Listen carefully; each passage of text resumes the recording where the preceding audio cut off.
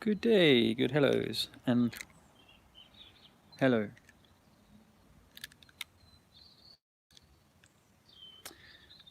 I hope that you're well, my friends. I was meant to be sitting on or put one of those ride-on mowers this morning doing a large garden, but unfortunately, the way the clouds have formed this morning, there's not enough sun to dry the dew, and it'll just clog up the machine. So I'm gonna have to hold off on that job. Hopefully, I can get there this afternoon. Meantime, I've come back home, having me a sneaky coffee. I did a video earlier this morning and I pulled it because it was so disjointed. I had this old lady phone me twice during the brief thing that I did in it. And I was walking with Alexander, so he does take a little bit of my attention, and I don't like to misuse your time if you're listening to me.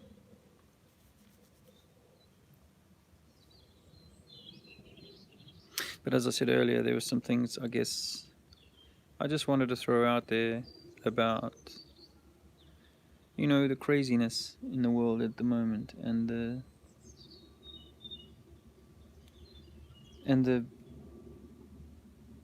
the confusion that's been sown in our minds. Let's be honest, I mean, there's plenty of people that have found flat Earth now, but some of them are so confused, or rather, some of them are so focused on the flat Earth that that's all they want to think about. When I know that there's so much more, where there's maybe not all people. I don't know. I'm starting to kind of. I've had so much information come to me this weekend. That you have to sometimes just pause and try to recalibrate. We all know it's hard to let go of things that we've held dear and things that are important to us. Of course, the thing that I hold dear is that we are meant to be in a loving environment. We are meant to be in a supportive, nurturing environment, but everything is designed to test that, challenge that, break that. And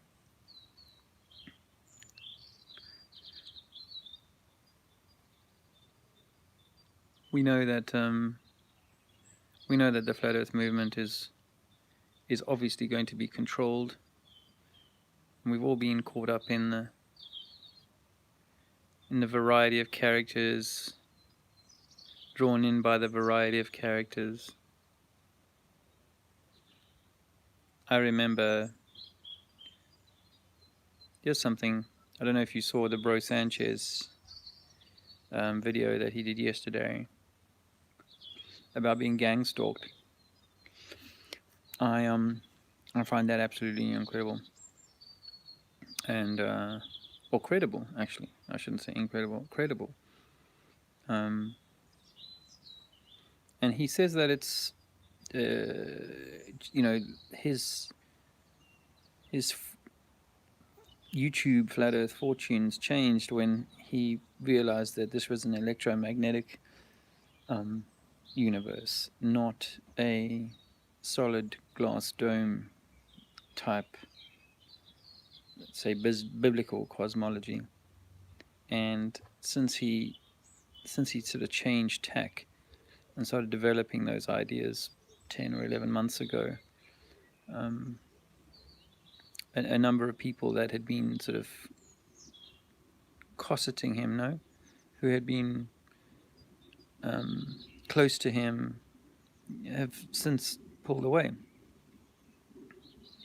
And his popularity, or his view count or whatever, dropped off significantly if he wasn't promoting the glass dome, solid roof thing. And I mean, I haven't. No, that's not quite true. I've still been willing to think about it, even though I talk about the electromagnetic universe. I've been willing to think about there being something that's more solid.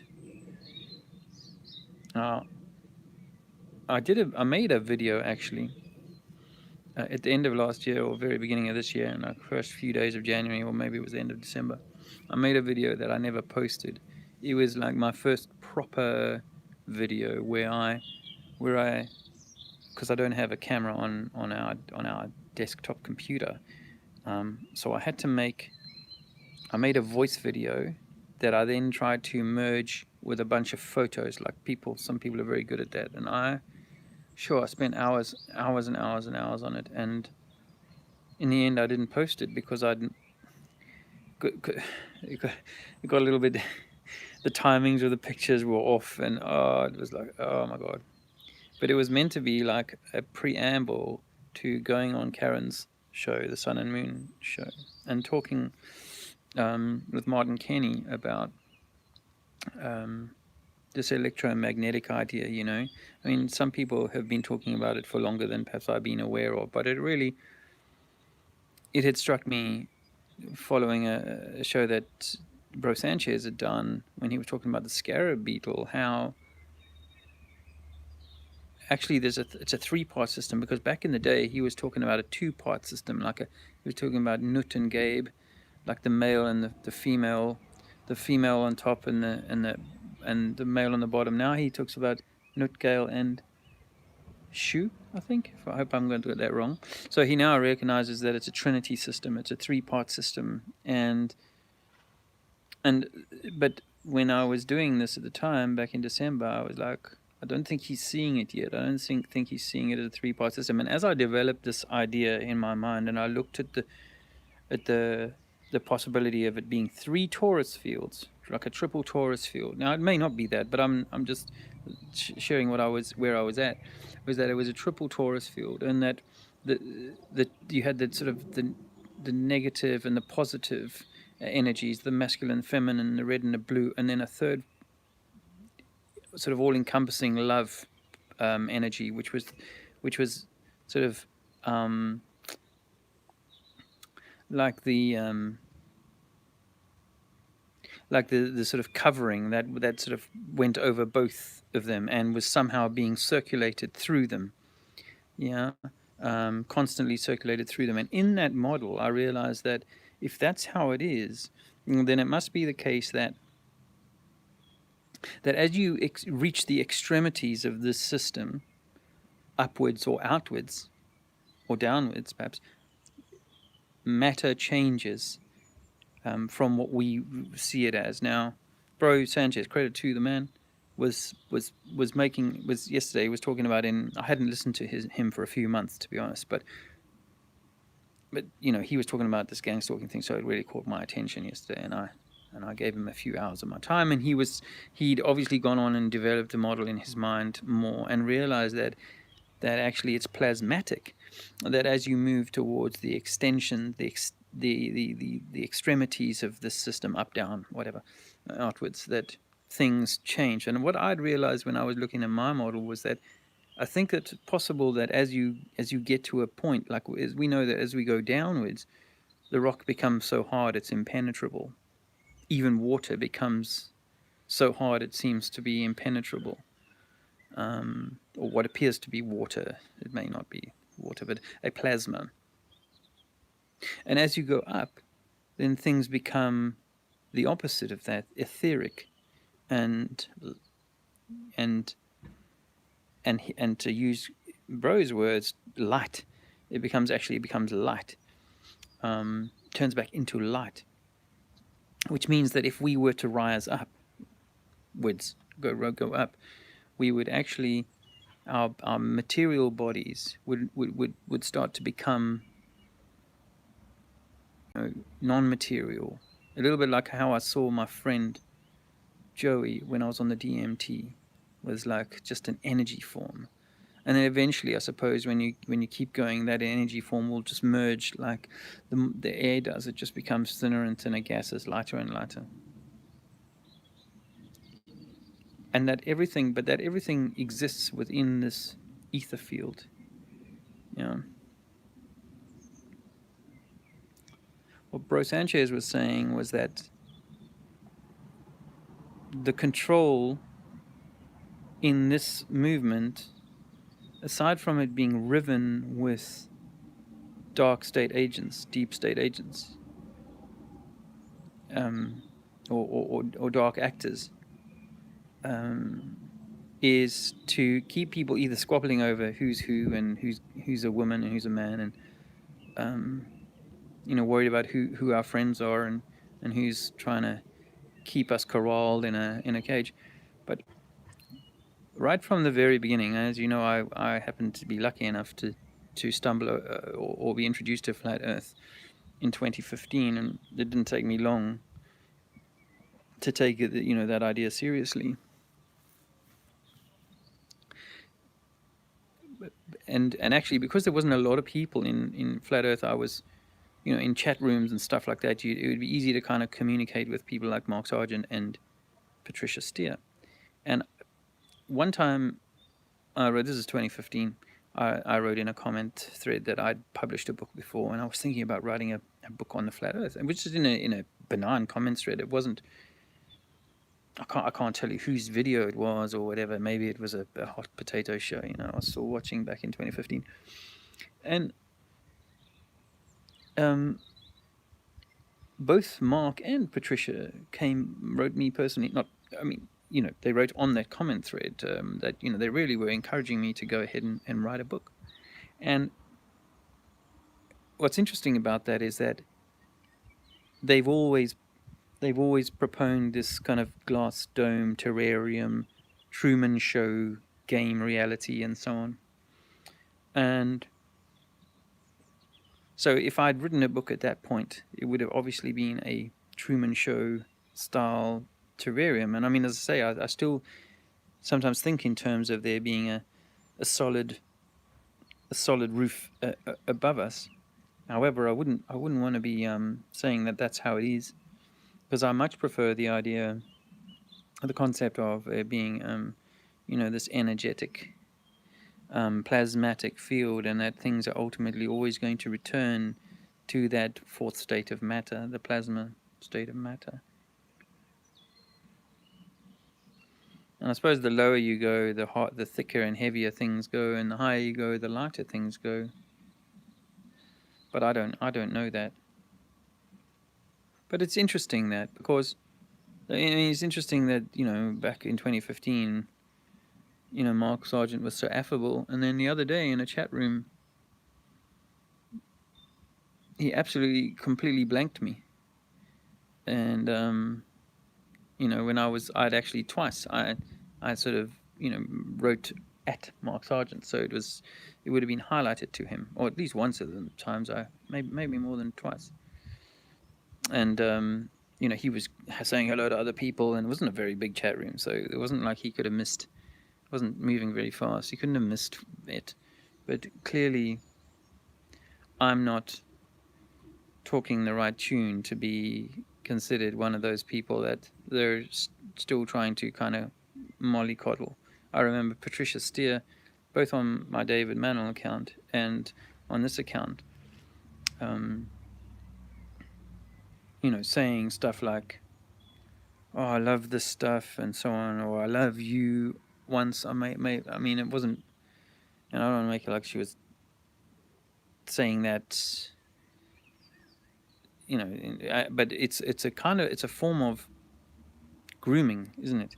It's a form of, let me be nice to you, because then you won't talk shit about me. You won't ask the questions about my gender and so on. Actually, I pulled a video that had questioned Mark Sargent's gender. One of my very first videos that I made on this channel was that. I don't know what prompted me to do it, other than, I just want to be... So I said in the video, look, I don't care whether someone's had a sex change so much as I care about the truth, If you've had a sex change, why don't you be honest about that?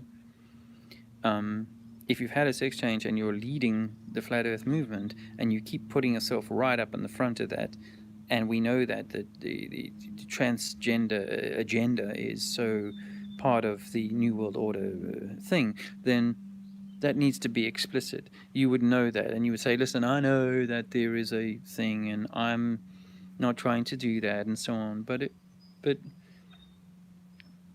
and the strange, funny, silly sex nonsense tape that Sergeant made back in 2015. He didn't look comfortable. He didn't look like a man with a woman sitting on him. Like, he looked. It looked so staged.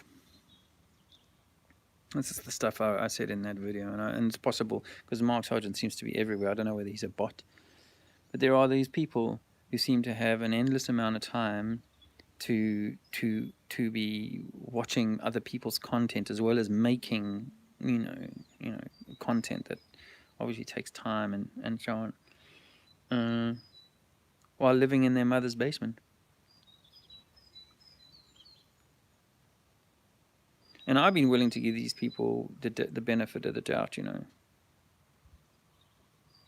And I remember IPS was like, well, in the very early days, I was, let me go along on the chat raids. And as I said before, I think I was in on the very, very first chat raids. Not as Trinity, but as me, David, on that account.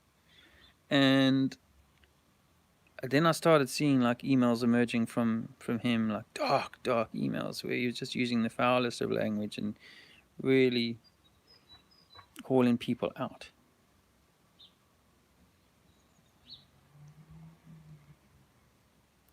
What you got to know is that if this is going on, then there are people who are working against each other, but they're on the same team. So, for example, I saw IPS appear on the Limitless channel. Those two Mormon-type dudes, Jason and Ronnie.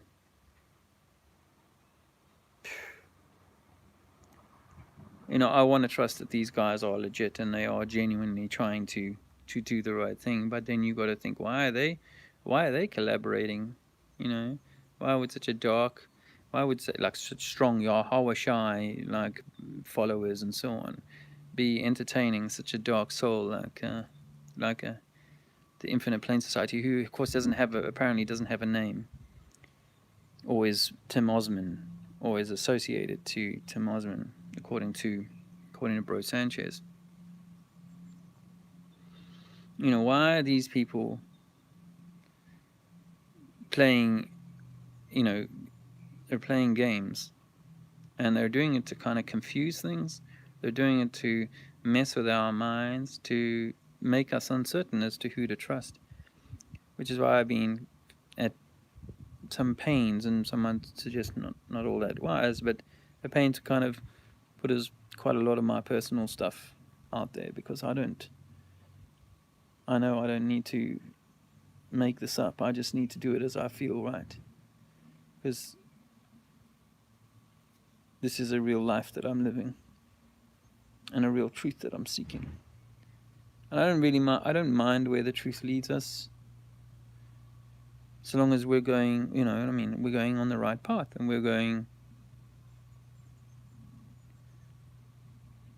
we're fulfilling our life mission.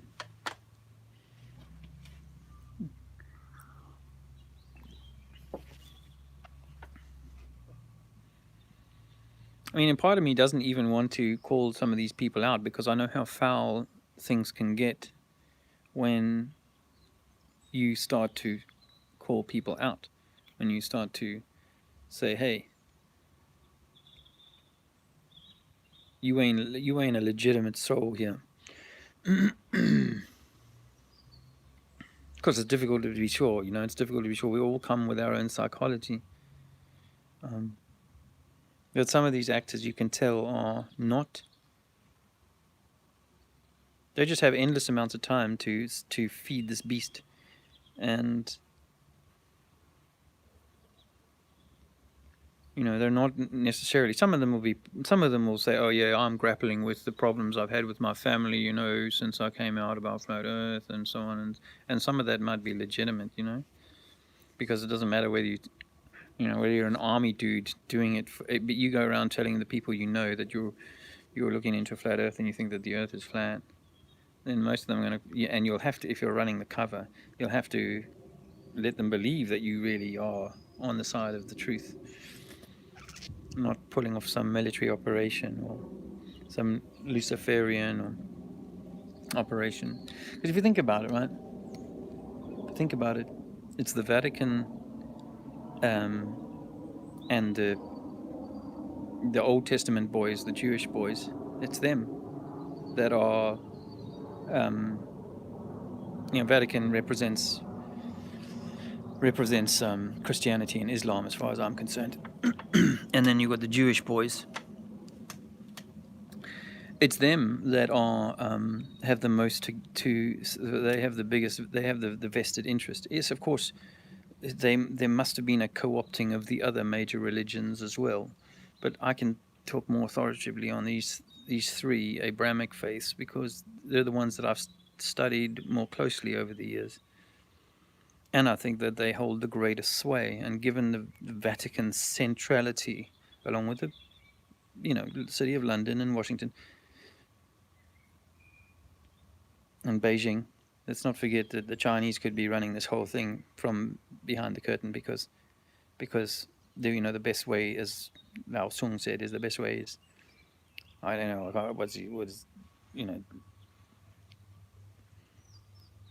in the art of war, the best way to kind of win is to kind of adopt the skin of the people you're trying to beat. As I always say, you don't go to Ghana or Nigeria with 500 scrawny Portuguese and overrun the country. You need to get some of those locals on your team so they can overrun the country. Mugabe is thicker than Donald Trump's dog shit, right? But that guy runs the country. Same as the lot they got in South Africa. That guy runs the country. All politicians are the same, actually. None of them are smart. But they're the ones that run the country, and they do it on behalf of someone else, some other entity. So you've got to think that this, let's call it the Vatican Jewish cabal, that they have so much vested in this that of course they're going to have their agents primed and ready back in 2012 or whenever to start this, to manage this from day one. But at some point, there are various agents that look different and sound different and are different. They kind of coalesce together as a natural, organic thing. It seems organic over 2015, 2016 for these various entities to come together, or even continue to kind of argue against each other. Like that you do. You got the Yahawashai boys, and then you got the Yahusha, and then you got the, they got the Jesus is a complete crock kind of guys, and they could all be, singing from the same hymn sheet. I saw an interview with Mark Sargent the other day, actually, with a guy who, according to Bro Sanchez, is like absolutely a controlled agent, black dude, and he was so anti the black dude was so anti black people. It was like, how is this dude even, how is that legitimate for a guy to be, saying, oh, I'm gonna ask you some black dude questions, I'm gonna try and keep it simple for my black brothers and stuff. He was saying shit like that. I mean, if that's not intended to be like, inflammatory, but more to the point, Mark Sargent is, keeps pushing the terrarium, glass dome, whatever. There's nothing more to think about. We all know that there's an electromagnetic thing going on. We all know now that ether was dismissed by the mainstream science, and Sargent and co. still talk about gravity as a real thing. He said, yeah, he believes gravity is real. And I at the time I thought maybe he's just saying that to keep the argument out, to keep it simple, to keep people thinking. But no, I think that again, it's a disinfo tactic. So here we have these created mouthpieces of the flat Earth, who are nothing more than the Flat Earth Society. They are nothing more than a psyop designed to kind of make this look ridiculous.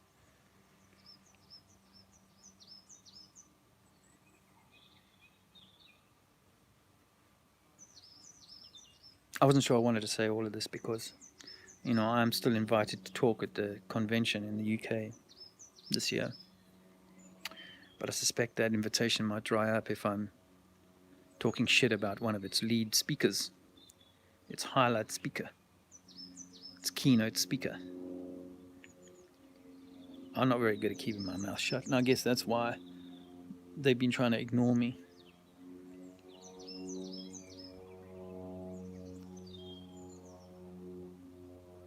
While Bro Sanchez was talking about being gang stalked, it had me thinking about my encounter last year with that freak show, Dr. West, Ken West. Google him.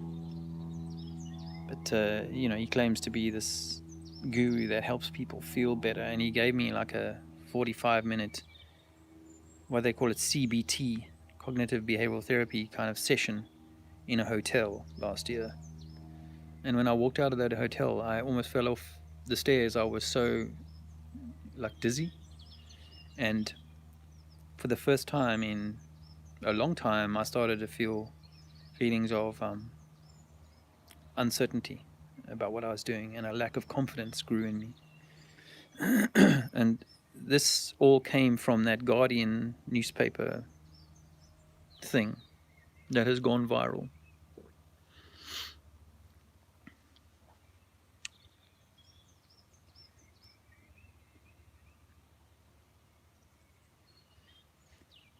So, yeah, the ether is a real thing, and this is an etheric world, and we're important, extremely, extremely important, which is why they're trying so hard to fuck us up. But it's not working. It's not working. It's not working. I'm getting stronger, and realizing that a guy like Bro Sanchez has been going through similar travails with, he's obviously a heavy hitter with a large profile. But he's been encountering similar kinds of senses of the way that things are and the game against us. So it's my duty and responsibility, I owe it to you, to be honest about that and care not about the freaks that might be listening to me. Okay? This is for those who love humanity. This message is for those who genuinely care about humanity, who are not trying to grind some axe of their own dogmatic belief in something, or perhaps even, as some would suggest, some kind of Luciferian thing. But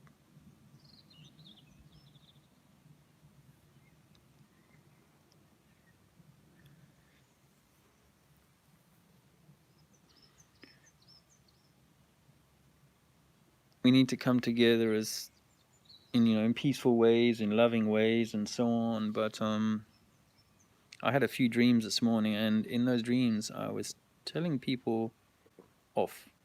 I was being honest and telling people off, because the time is coming. I mean, the shit that's going down Notre Dame, the Sri Lankan events,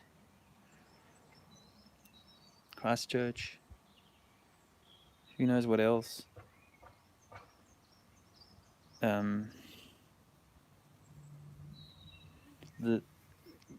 People have drawn my attention to the stuff going on in Israel, the Zionism agenda. I mean, obviously, I've been looking at the Zionism agenda for a few years. I heard of Zion growing up, but I didn't really think of it as anything other than I was indoctrinated with, it was a natural, proper thing that was expected from the biblical times for the Zion.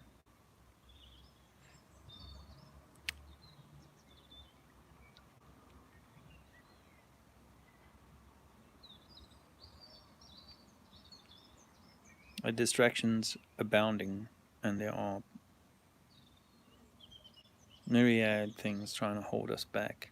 And I'm not saying that I don't want you to think that I'm going like, oh, well, I'm not going to have another tough day on this journey. I'm sure there's tough days still to come. But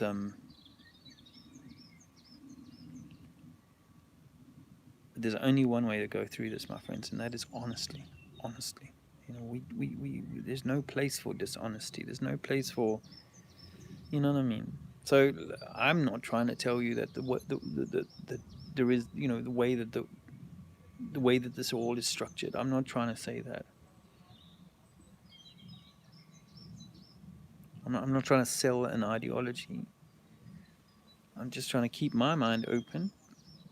I want to recognize for you and myself, in honesty, that this is difficult and hard and tough and sometimes crushingly tough because we all want to know. We want to know what the truth is. We want to know who we are, what we are, and what we're to do here, you know? And we want for that to be shared widely. We want for the world to know. And yet we're being controlled and corralled. And we're scared to call that out. Well, when I say I'm scared to call that out, I'm sure some people are not. But I think in the main, we sort of go along with it. I remember with the first British Flat Earth Conference last February, or February, whenever. You know, I was offered the opportunity to be a speaker, but I wasn't sure about it. I wasn't sure about the people. I wasn't sure about it. So I declined. Although I did do a little speaking to camera because I was there, and I didn't pay. I built the lectern because I had no money to pay anyway. I wasn't going to pay to go, but I did build a lectern in lieu of paying.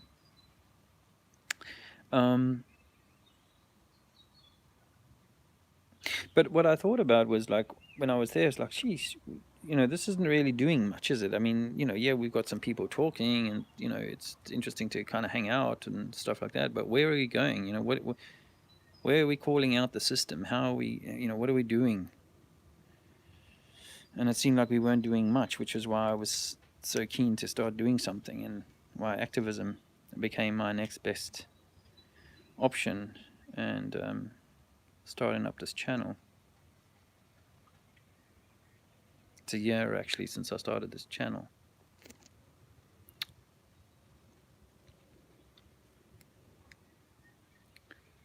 I will come and read the comments. I see you've made some comments, so I will come and have a look at them in a minute. But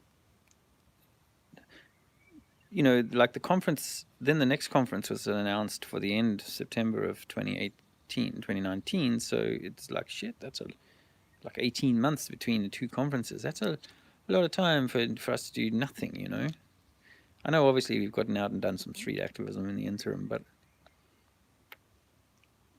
it begs the question as to, you know, what value is it? I mean, we're not like a bunch of sci-fi nerds that are trying to, you know, going to get together for Comic Con or whatever once a year, you know, as a thing. That this is not just some, and that's funny enough. That's how it sometimes feels around some certain types of flat earthers. Is that for them this is just like some kind of jaunt, like less than even chemtrail, like or vaccine kind of, you know, campaigning. This is just like, yeah, well, you know, we think the Earth is flat. Fuck, the entire edifice of the system around us is corrupted. The entire edifice, not just maybe some pharmacists didn't realize that the drugs they were giving the kids were killing them, causing them to get diseases and illnesses. No, no, no. The entire thing, the entire from before you were born, the entire everything is a construct. Now, the good news, I suppose, is that we don't actually know whether we're meant to never work that out and simply come here and go through this. No, that's not true. We're meant to work this out. We're meant to work this out. But I'm I was having a bit of a disagreement with Andrea about this because I've always had the view that everybody's the same and we're all equals and all this and that. And now I have to realize that perhaps we're not. You know, perhaps there are those people that are not to wake up in this lifetime or not to see this. They're not designed for it. They're not being given the ability to see it. One, two, that there are people who genuinely can look you in the face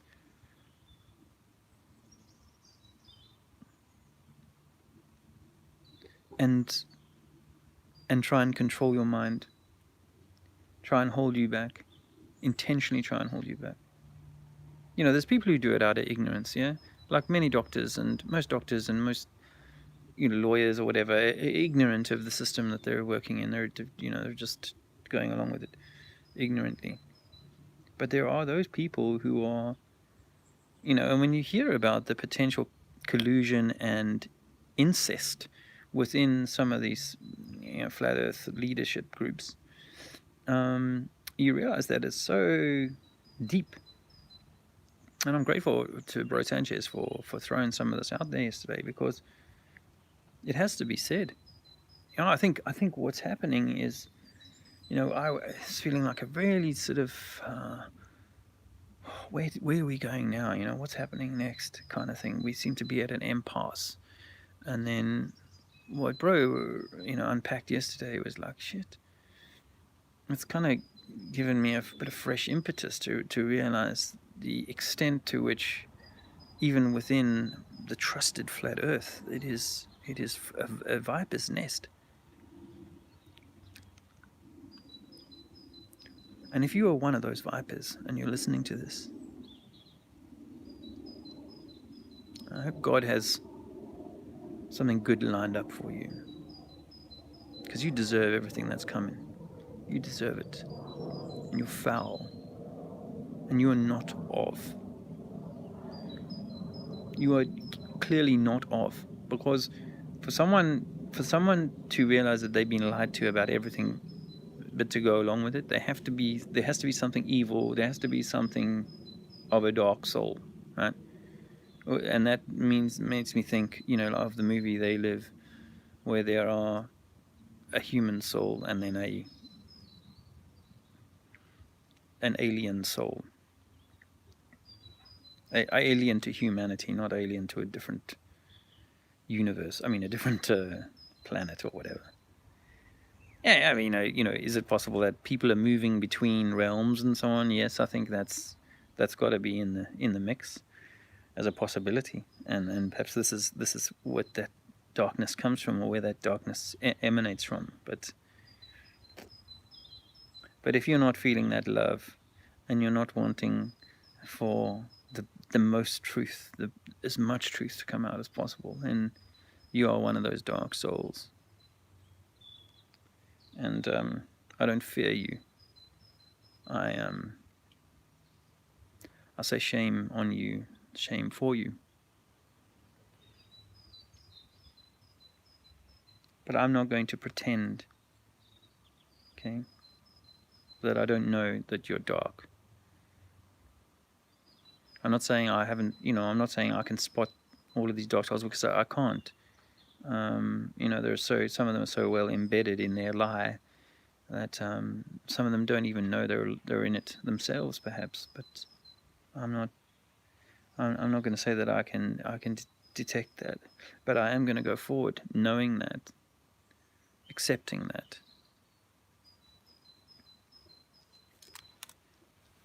I hope this is useful, my friends. I feel like I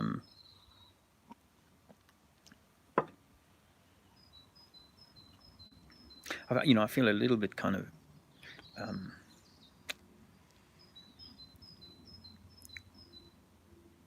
I feel emotion of a negative kind associated to this truth, because it's hard to accept that you are genuinely people who want to keep knowing what they know. Before we knew what we knew, you could understand why someone might go, you know what, I work for this government, I work for that agency, and what we do is this and that.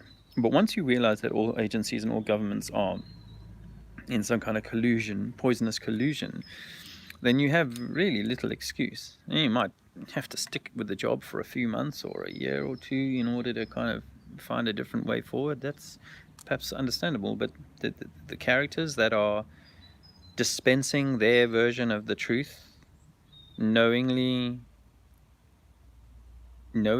kind of working as agents against this truth, they're not worthy of even well, they make me feel a little bit like that, a little bit like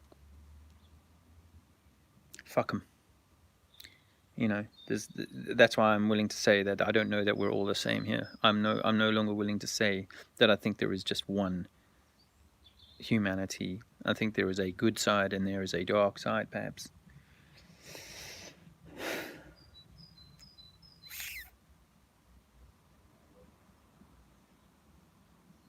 These things need to be said.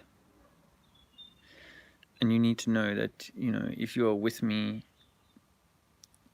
then I love you for that. And if you are on the other side,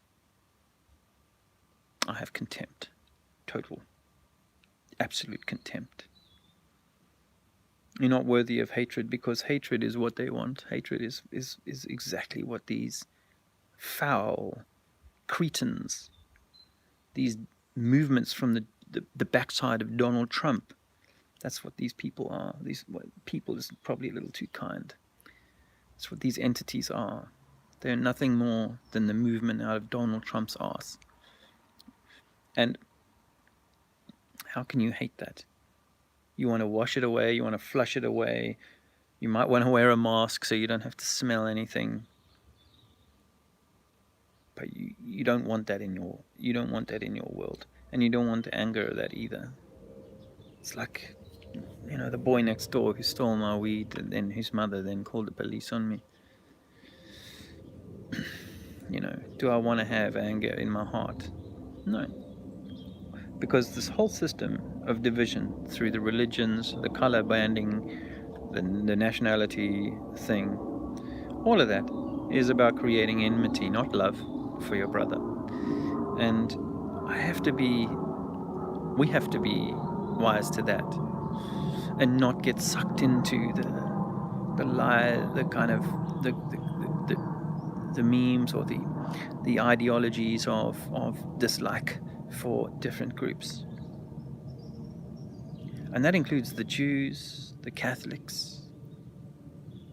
Just because you're a Jew or a Catholic or a Muslim does not mean you are of this Donald Trump toilet movement group. Not at all. Not at all. Are there of those people who are so far from their ability to see this truth? Yes. But that doesn't make them of this Donald Trump toilet filler group. No. The toilet fillers are the ones who know what they're doing, and they're consciously doing it. Because we've all unconsciously been selling the globe.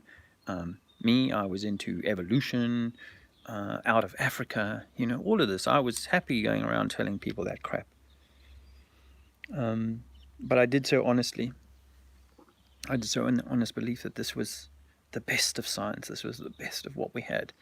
And therefore we needed to kind of distance ourselves from, because the main religions have been all at war and all that sort of thing, so it's not hard to kind of distance yourself from that. But I've obviously gone around pushing certain things, and even now I might be saying things and suggesting ideas, and certainly over the last few years, as I said in 2015, 2016, I was certainly willing to accept that there was a solid roof. I didn't want to get fixated on the idea that there had to be a barrier, but around the edge and all that. But I was going along with the mainstream thinking. Well, anyway, that's. I think before I go and look at the comments, I need to just remind you, my friends, that I'm someone who loves this world and loves this creation, despite all the shit they've done to us and done to it. You know, I went to war for my country because I thought that we had to fight communism. I thought that was a just war. You know, so I was willing to prosecute that for what I believed in. Now, I don't believe in war, and I don't believe in the need to kill people.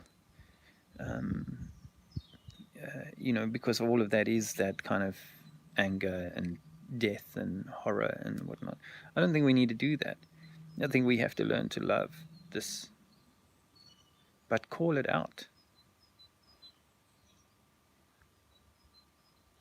I don't. When I say love this, I must clarify. I do not mean to love the Donald Trump toilet filler.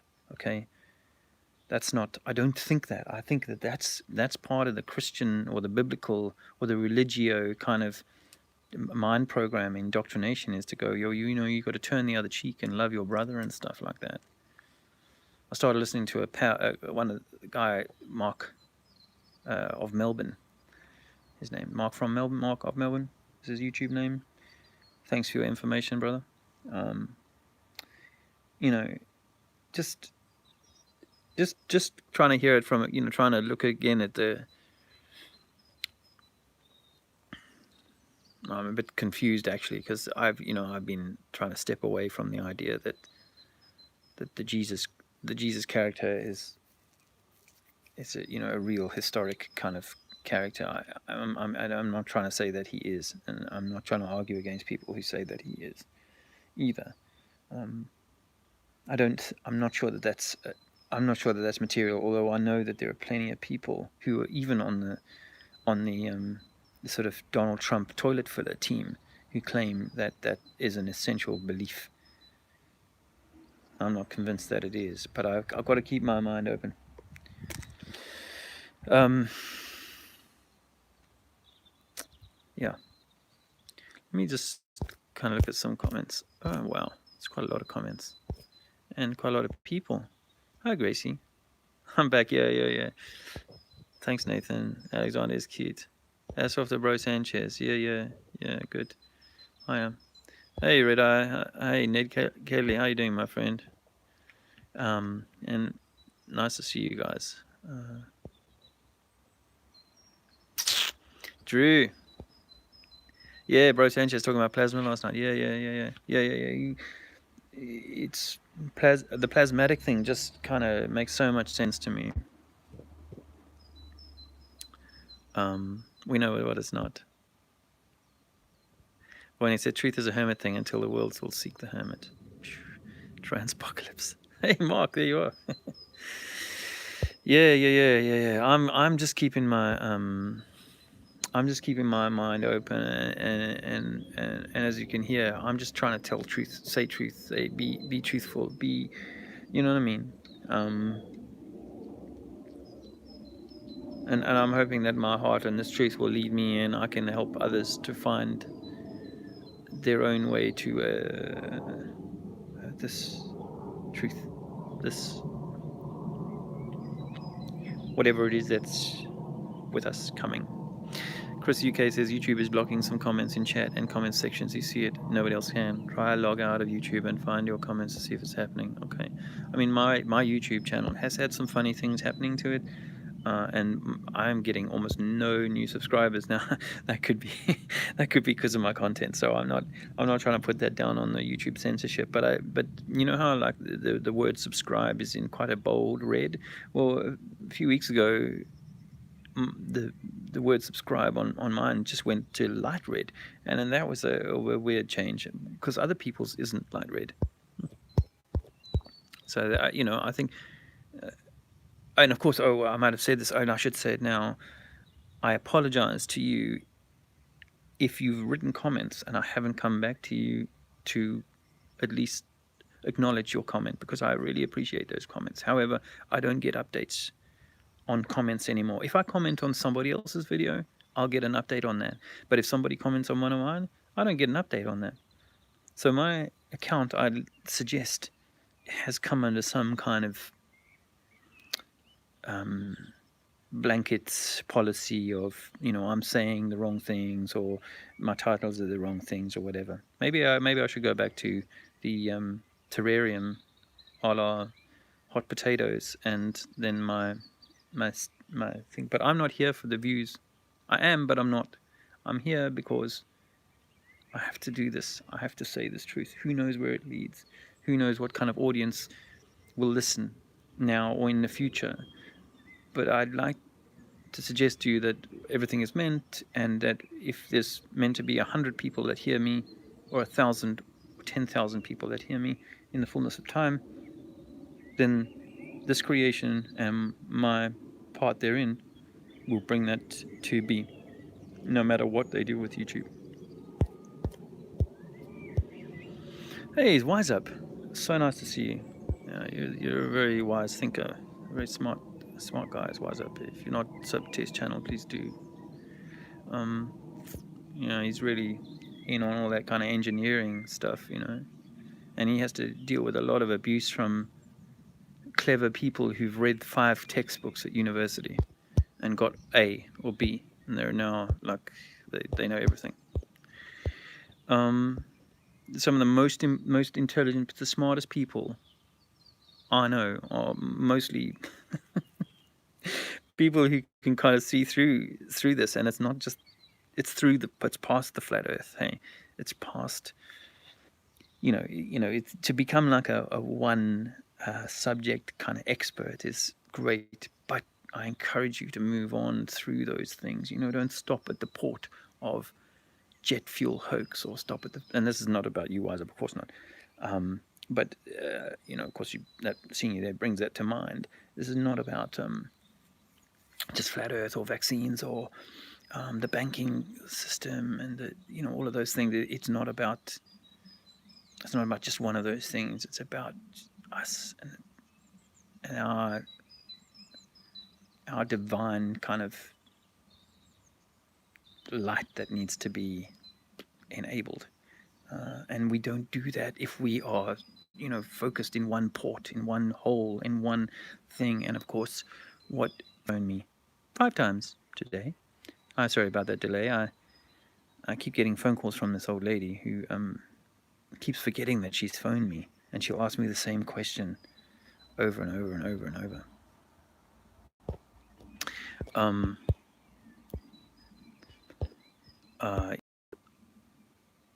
I need to toilets look better than Trump from Constipation Burns. Oh, that's funny. That's a perfect comment from Constipation. Well, I tell you what, that there's a lot of constipation in the flat Earth movement, man, and we need to start calling it out. We need to be honest about that, because I share with you, I'd say to Andrea, like, what am I doing here? What's the point?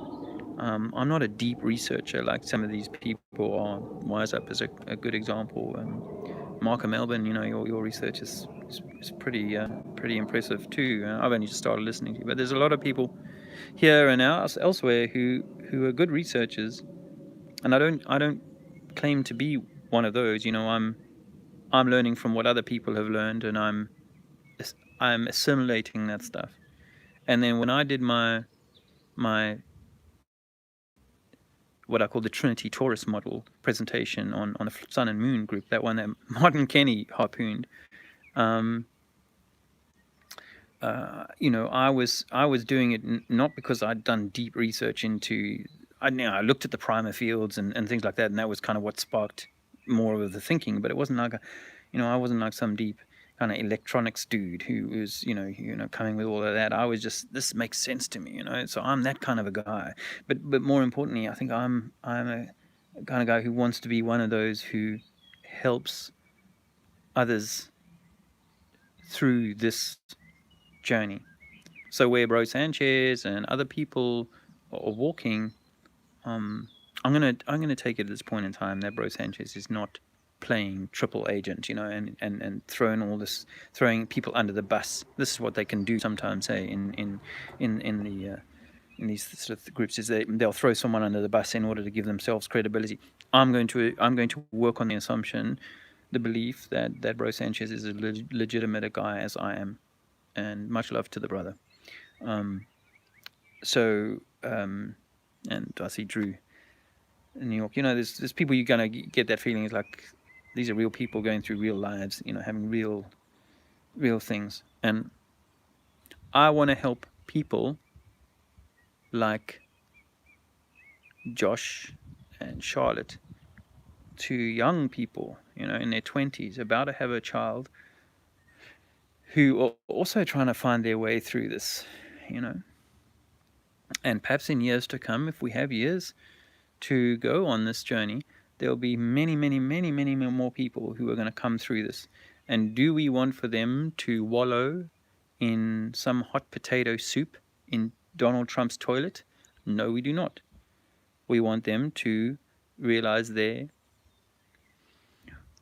divinity, or whatever it is we're meant to be finding here.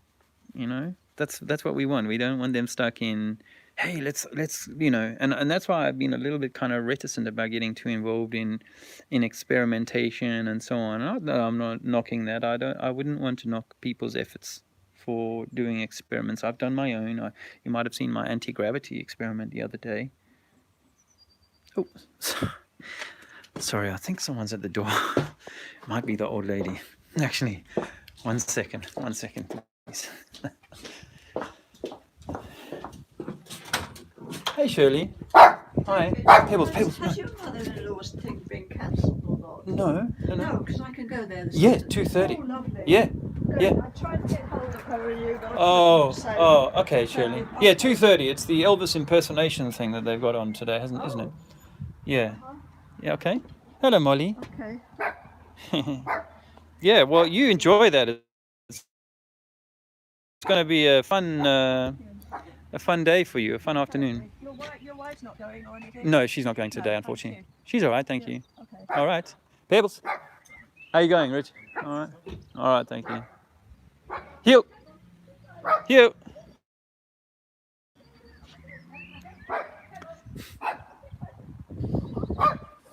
Okay. In. Yeah. Inside, Pebbles. Well, that's what happens if I don't answer the phone. She'll come down and see me. She honestly, that Shirley, she has honestly called me 5, 6, maybe more times to ask me the same question. It's terrible. It's a terrible thing, dementia, and I try and be as loving as I can with her.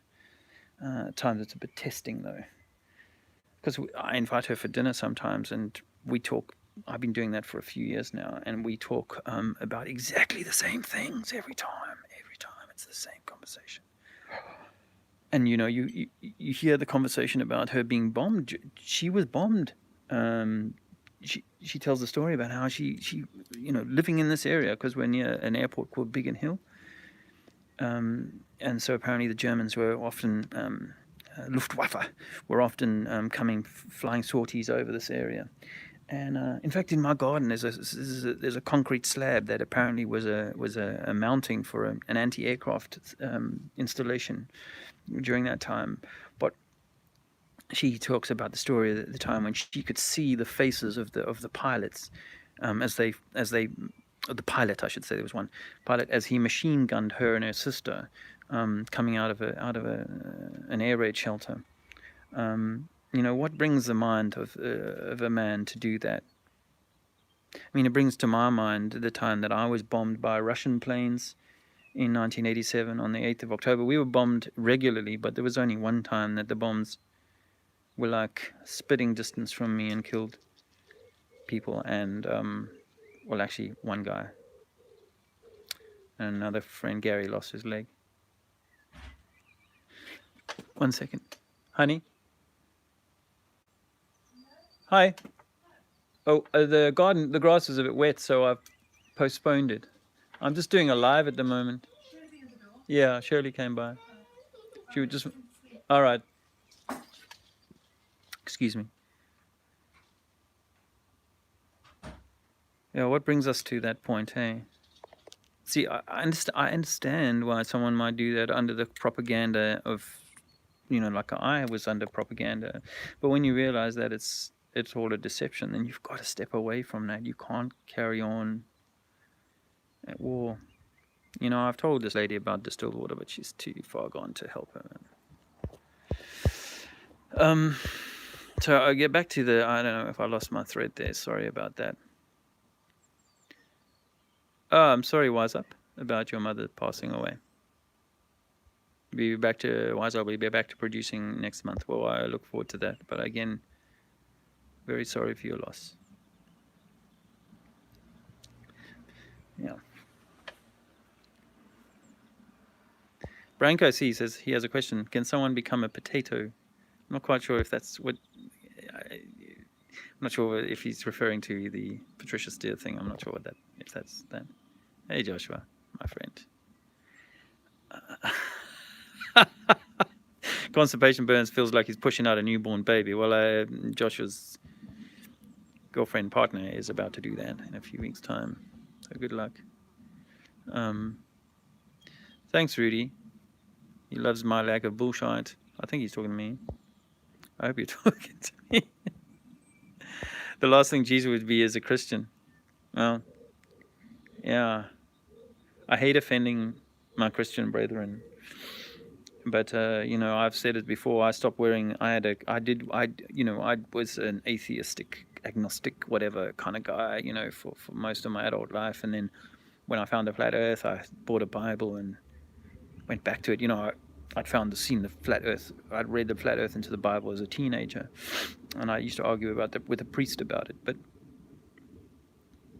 I went back to the Bible, and I even was wearing like this sort of material cross that was made for me by a guy, an old army guy. But then when I started talking at Speaker's Corner, I realized along that way that I was still choosing a side, and I was taking an idol that had me at loggerheads, if you like, with a large proportion of the rest of humanity. So I sometimes say perhaps there was a spelling error, and it's not meant to be Christian. That meant the N at the end is perhaps an M, which is Christium or Christ I am. Okay. But maybe we're not all Christ because, as I said earlier, there are Donald Trump toilet fillers.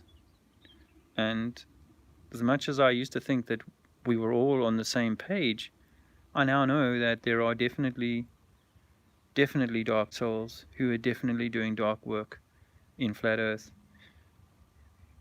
And I'm not going to bang on about them all the time, and I don't want to be like a harbinger of negativity, because it's my negativity that I spread out and cause more negativity. So I know that the system wants me to spread out negativity. I mean, I've alienated pretty much everybody that I care about in my family. Well, I've alienated my whole family, whether I care about them or not. And in this last few weeks, what I've been trying to do is to find ways to re-engage in a loving way. In the way of the father with my Alexander, and thanks for the nice comments about him earlier. What a beautiful little soul. As are we all, as are most of us, I think, as we come here. And I think so. We teach our newborn to walk, eat, well, all these things, and so it is with this truth about who and what we are. I mean, in a sane world, then the priests and the imams and so on, they would be those people, and that's what I thought they was those people. But the problem is that those are the fathers who have been misled, and they are therefore misleading their children. But as the months and years roll forward, we realize that people are going to be coming to this truth. And as we work this stuff out, so we should teach others. And we teach them in love, not in fear, not in hate, but in love. Because whilst I think it's important that we tell people the truth, and eventually it means confronting your family and saying to your family, look, this is the way that the world is. And on that basis, I can't contribute my energy to it. I have to contribute my energy in a more loving way, in a, I can't be a part of this. When I say this, I mean, like me, I was in a government job previously, and I couldn't countenance going back to that type of job now. If I'd stayed in the military, for example, you'll know my military service passes was only a 2-year national service. I was required to go by law, but if you were in the police or whatever, how could you possibly go back and be a part of that and think you could make change from within? I don't know that that's realistic. But anyway, I'm not going to argue with people if they say, well, I'm trying to make change within. More power to you, and good luck with that. But I think we have to have this conversation with those that we love, and we have to be honest with them. But my part now is to help others through the miasma of bollocks, of toilet filler. We need to be plungers for the Donald Trump maneuvers that are going on around us. In love. Let me get back to the comments. I'm so glad you're here, by the way. Thank you so much. The trauma, I'm right at the top of the bottom of the comments. Sparky Lee is saying the trauma involved in attempting to awaken family can lead to, and usually does lead to, collateral damage. It does. But we can't be frightened of that. We can't fear that. We have to be willing to. Do you know what I mean? It's about, do you live in a lie? How long do you deceive those around you? Or how long do you allow those around you to be deceived? There are judgment calls to be made, and I'll give you an example, very pertinent. The lady who came to the door just now, Shirley, I once mentioned we were out on a drive. I'd taken her to the seaside, and there were some chemtrails, and I was like, some people say that those are chemicals that they're spraying up there. And, I never pushed it, but I felt a little bit like, I don't want to overload this lady with stuff she cannot cope with. And on one occasion, I said to her, I think that the earth is not a ball. I think it's flat. But I've never tried to push that on her, because I think that I tried with other older people when I first found out that the earth is flat. And people who admired me, I used to go and visit this old man in hospital. He was in hospital a long time, and I just befriended him. It's a long story, I won't go into it now, but I befriended this old guy, an old shipping dude. So I even started writing a story that included him. But anyway,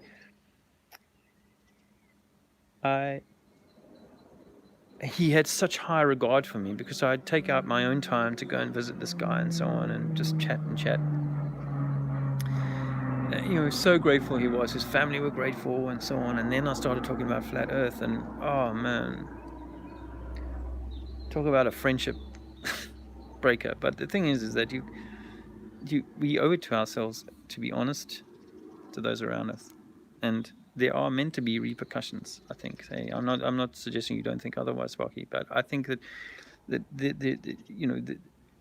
Bible verse that has always been popping in the last few years, popping back in my head, was that there is we walk this path alone. We have to, as part of this trial by fire, we have to be willing to be separated from those that we love. I didn't think that in the beginning, because I thought, give people a few months, and once you've explained it to them, they'll come around to it and they'll see that the earth is flat, and you'll be able to continue digging deeper together. But that's just not how it's worked out. But you can't hide from that, and you can't pretend that it's not that for the sake of trying to keep the peace, because you're lying to yourself ultimately. But I think that this doesn't happen overnight. It takes months, maybe years, because until you're at that point where you're ready to say, listen, this is who I am, this is what I see, and this is where I'm going, and I know that this isn't going to be easy for you to hear. A guy stopped me in the street the other day. Oh, you seem like a guy I really want to chat to, you know? And then he was trying to tell me about his Christian faith and so on. I didn't want to say flat earth to him because, you know, he's just a few houses up the road. And, you know, as I said, I had the flat earth tour bus, Harry's Globe Lie tour bus in my driveway last year. But I'm just trying to keep people in the conversation a little longer before shutting that door, because it does shut doors, and it makes it hard to get people to listen to you anymore. But we are expected to be truthful in our dealings, honest in our dealings, you know, and have no time for those deceivers, have little time for those deceivers, and be willing to help others move through the deception. I'm talking too much and not reading enough.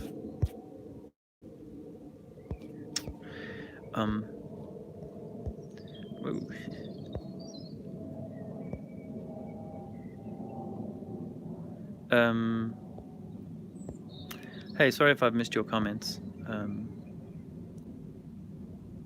Yeah, once again, wise up. We're sorry about that. Your mom. Oh, Skiba Diver. Skiba Diver. Is that like a Rob Skiba reference? Is he also going to be on the? Is he also on the pile of deceivers? Is he? I mean, he was like, you know, I spent quite a lot of time listening to Rob Skiba, and that very nice guy, the one with the disability, Zen Garcia. Spent a lot of time, you know, doing biblical study with them back in 2015, you know, maybe 2016, a bit of that too. So, you know, you hope that these people are just doing their very best with what they have, rather than they knowingly holding you in a pen. I hope so. Anyway, there was a scuba reference. Scuba diver. I love scuba diving, by the way. I love scuba diving. One of my ideal outcomes for me is to end up with like a little scuba diving kind of outlet on an island somewhere. I learned to dive on an island in Thailand, Koh Phangan, and wow, what beautiful diving they got on the reefs down there, and what a beautiful life that would be. Scuba diver. Let me go back to your comment about potatoes. Man, there's too many comments today. Damn, I'm glad. You know what, I was meant to be mowing a lawn, but because it was a bit wet, I didn't. That's why I'm here. Oh, non-schooling. Your dad has Parkinson's. Should I get him on distilled water? Yes, you should. You can make it yourself. Get your own distiller. It does add a bit to the electric bill, but it's probably not more than buying a beer a day or something like that. But in the case of Parkinson's, I'm not an expert on this. Let me think. There's Andrea is on Instagram, and she follows a lady by the name of Dr. Jess. I think that's her account name. But she won't be the only person who can talk fairly authoritatively on this. But they get into you know, the pulling of the heavy metals, because it seems that Parkinson's might be one of those conditions. You know, my mom died of motor neuron disease, which is in the associated condition. And you know, we think that the furring of the neurons is, you know, an inflammatory response, but also aggravated by heavy metals. So in the case of your dad, you want to reduce anything that creates inflammation, and that includes dairy, things that are going to increase the acidity of his body. So you can get those little tests, those little litmus paper tests that can determine whether his acidity is right. Sorry, his alkalinity is right. And there are things you can buy, you'll get, and foods that you must eat to improve your body's alkalinity. That's important, because the acidity is probably not helping the inflammation. The Parkinson's shakes are also quite well handled with, I think, even CBD, but certainly the cannabis oil, um, has proven to be very good in helping people manage the condition. But in terms of trying to roll some of that back or delay some of the onset, then these things of trying to do the oil pulling and using activated charcoal, and the mud, the dichotomous, am I pronouncing that right? The diamaceous, so I forget the way to pronounce it, but these things we need to do. We need to help the body to pull those metals back out of the body. Distilled water is essential, but on its own, I think it's probably not enough for this condition. But I would definitely go there. You can buy distilled water. Some people I know buy it in America. It seems that some of the guys buy it there in these big tubs. And I know on the boys on the a lady very kindly on the Globe Light tour last year turned up one day with two 25-liter plastic drums of distilled water that they sell to the dry cleaning companies and so on. There are window cleaning companies that use distilled water too now, and they've got these like big 300, 400 liter distillers. So if you can buy your water from somebody else at 50p a liter or whatever, you're probably doing quite well. I do 2 cycles. I make 8 to 12 liters a day of distilled water for my family. That's important. Can I also offer you one other thought, and that is that if you're in America or the UK, in Australia, anyway, there will be functional medicine. There will be functional medical practitioners. Now, functional medical practitioners will do tests that our GPs do not do, and they will test for a bunch of things that are in the body. Andrea talks about it all the time. So we know that if we were ever to get seriously ill, hopefully we'd be able to afford to go and pay for a functional medical practitioner to do a body scan and see what things are going on. And this might help pinpoint exactly what else you need to do. So extraction of metals, cleaning of the body, make sure that the food and so on is not causing acidosis. And good luck. Wow.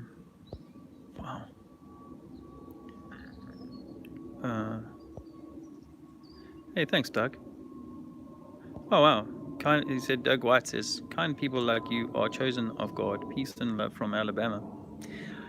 Thank you very much, brother. And I think I drove through Alabama in 1988. The people in the southern states were very, very friendly. I found them to be the friendliest. Nothing against anyone, but I think in Tennessee or in Jacksonville or somewhere, I met this girl and she had the most beautiful accent.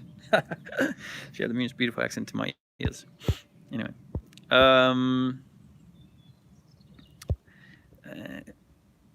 yeah, keep plugging away. There's so many chat comments that it's hard to keep up. Pinch. So Pinch, hi, and he says he loves my mindset, which I appreciate very much. Thank you. And what are my thoughts on the Book of Enoch and why they took it out of the Bible? Well, so I wasn't really very, and I don't claim to be extremely well versed on Enoch now. However, in 2015, 2016, I got friendly with a guy called Sam Kelly on Facebook. I'm sure many of you have come across Sam Kelly, Aussie bloke, very passionate. I can't speak for his agenda or anything, but he's kind of like was always a proponent of the square Earth. Well, that's probably not the right terminology, but like the some people refer to like that Pac-Man model, or where it's not going round. It's sort of like a everything's moving from east to west, and then cycling back again. And he was very talking a lot about the Enochian version of the way that the Earth is, and I think that's possibly why Enoch was dropped out of the Bibles. Why it stayed in the Ethiopian Bible is anyone's guess. Whether that's to do with them wanting to leave some hints and clues, I don't know. But I suspect that it's probably quite important, Enoch, which is why it's not in the Bible. But what is it they said? There was 600 or something books, 700 books or something like that were considered eligible for entry into the Bible, and they ended up with 80, and then it was reduced to 66, I think. So I guess they wanted to tell a certain story, and that's why I have trouble accepting the Bible at face value, because it has been co-opted by the same forces that have been lying to us all along. Some people like to pretend that the Vatican didn't know that the Earth was flat, that they because what is it they say that is it Newton, someone before him, maybe it was Newton, that he was locked up by the Vatican, etc., etc. So he couldn't, because he was talking blasphemy by saying that the Earth was a ball and gravity was a real thing. So that's again all part of the deception, isn't it? Same with the Julian Assange. Create this, he's outside of the club kind of thing, so that we trust them. And the same is true in Flat Earth. We've been given people to trust, and we can't, unfortunately. So we have to be vigorous in our willingness to be out there. Put as much as you can of I don't really want freaks turning up my door. But at the same time, I need to be willing to be a public character. I don't want to put my family at risk, but I need to be. I realize that I can't hide behind a false name. Trinity, you could say, is a false name, but I've never tried to hide what my real name is. And whoever's asked me for my reference to my book, which is my surname, is all there and everything like that. I pulled my Facebook account down, some year ago or something, because one, my phone kept clogging up I had no memory. I couldn't film anything because Facebook was taking up so much space. And of course, I'd become so unpopular with my friendship network. And then I also thought, there are some dark forces here, and I don't want them trolling over my my personal pictures and doing with them as they will. Because for years I had almost, I suppose, 10 years. I started Facebook in 2007. I was pretty much putting everything, most of the stuff out there. I wasn't, and I didn't really want that going to the dogs, the toilet, the Trump fillers. And funnily enough, about a month or so after I pulled my Facebook account down, a hit piece was made on me by one of the Trump toilet fillers. So, but I think it's important, because, I think what they would love for us to do is to kind of just sit around in little conference halls and quietly kind of imagine a new world. But I don't think that's obviously part of the control, isn't it? And so that's obviously not what we can satisfy ourselves with. We do need to be doing more, being public and being honorable and being, credible and being decent. Because once people get over the ridicule and the kind of anger and all of that, then they're going to want some direction. And I think that one of the theories of the flat Earth rollout is that over a period of years, they will eventually get it to a point, a little bit like they've done with the Americans and the cannabis thing. Is they've sort of got it to a point where most Americans have gone, yeah, well, yep, they lied to us, they jailed us, they tasered us, they stole from us, they forced us to pay an extortionate amount of money if we bought used cannabis. And now, well, they've decided that we can use it, and in some certain ways, so long as we continue to pay the taxes and the extortionate prices, and we only buy it from people who have barcoded the seed, and it's a GMO seed, and all this sort of crap. How do we do that? How clever are they to get us to just simply shift gear from this is a poison reefer madness, to it's good for cancers and for babies with seizures, and and for post-traumatic stress, and so on, and your body has an endocannabinoid system that needs nourishing, and so on. But we'll continue to determine who can dispense it and who can use it and how and why. And this is what they want to do with flat Earth. And the same is true for you Christian boys. Your religious leaders have hidden this truth from us, whether you like to believe it or not.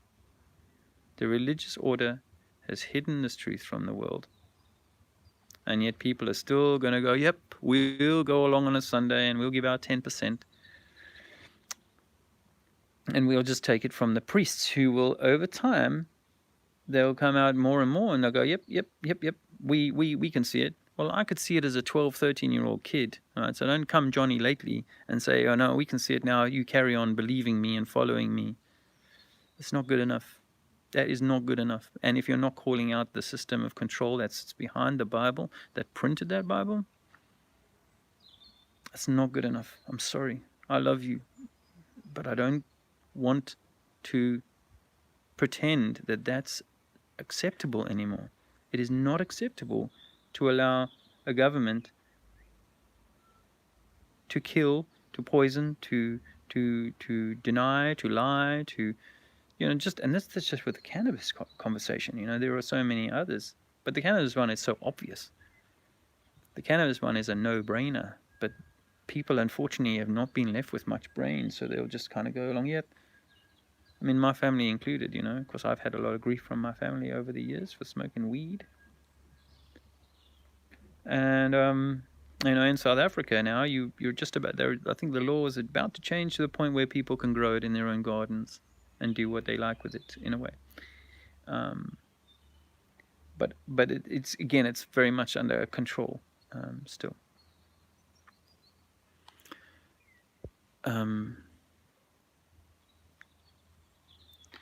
Mark, you're very, you're quite, and I'll obviously want to be talking to you more, my man. He says, don't be fooled by the Schofield King James Catholic Pharisee psyop. Yeah, I mean, this is it. King James apparently was a Freemason, and of course, he's king. Since when was any king on the side of the common man? I know not of such a man. We are the kings, and we've been trodden to think that we are to take from them. But no, it's in their self-interest to deceive us, isn't it? That's wise up. After 2 weeks of looking into FE, once you realize the horizon rises up, the higher you go, it's game over. Yeah, but you're a bit wiser than the majority of my fellow humans, it would seem. So, I need to do better at keeping up with the chat, and I'm sorry if I've jumped past you. Okay.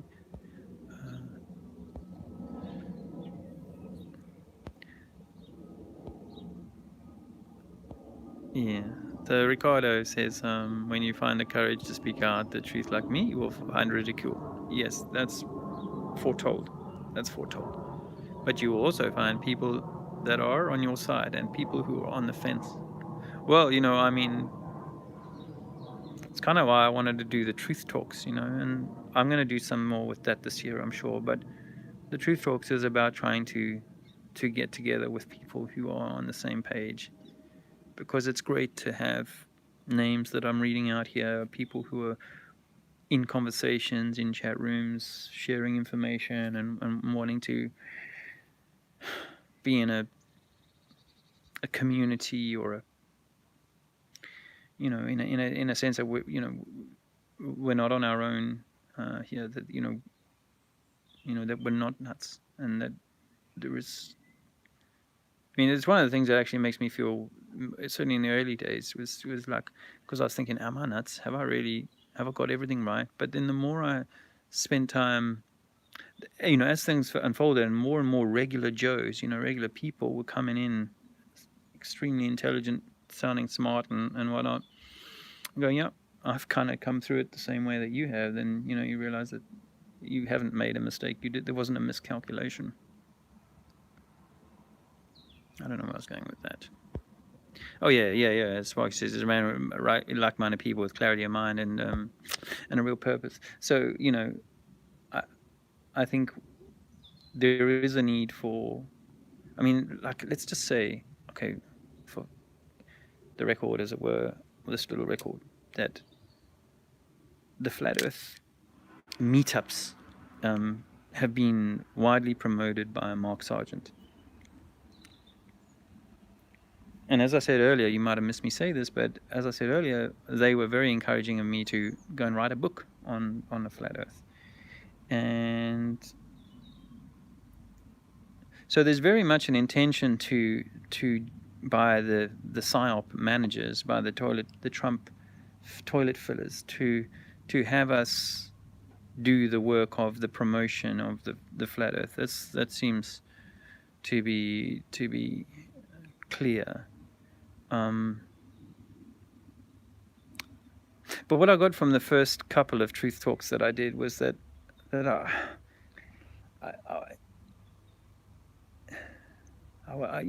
don't just want to be in some kind of little gang that gathers in a dark corner and we all share with us our favorite proofs and how we got into Flat Earth and so on, and that's not really. I mean, maybe it's a maturation thing, and we just have to go through that. But it does leave me a little unsettled when you think, okay, so who's pushing these meetups? Who's encouraging? Who's able? Who's doing this? Why are they willing to do this? But I do value getting together with people, and I do value having people come visit me or whatever, or visiting people who are, walking a similar path. There is a need for that kind of fellowship, as it were, to use a Christian word. And there is going to be this need for us to sort of, I was going to say collectively, but to inform people better, to help people along this way. Anthony Riley, the Sleeping Warrior, was putting together a PDF, he said, and that's something I saw the other day, of best rebuttals to the common sort of ball earth arguments. So I think that's worth having, and I think us getting together and sharing and so on is definitely going to enhance our sense of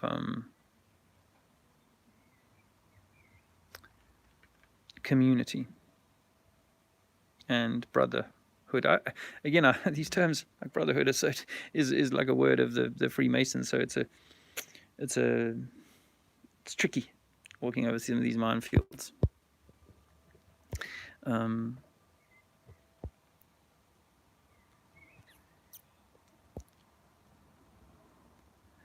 You read I was in the cannabis community and then found out we went on a spinning ball. Yeah, I mean, you can take the most dreadlocked, tattooed geezer and go to him like, hey man, they've lied to you about everything, and this is one of the lies. And they'll go,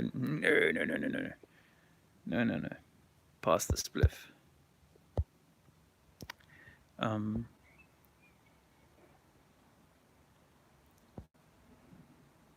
Yep. Branko says all truth passes through 3 stages: first ridicule, second violently opposed, and third accepted as self-evident. Well, that's what they want to do with this, hey?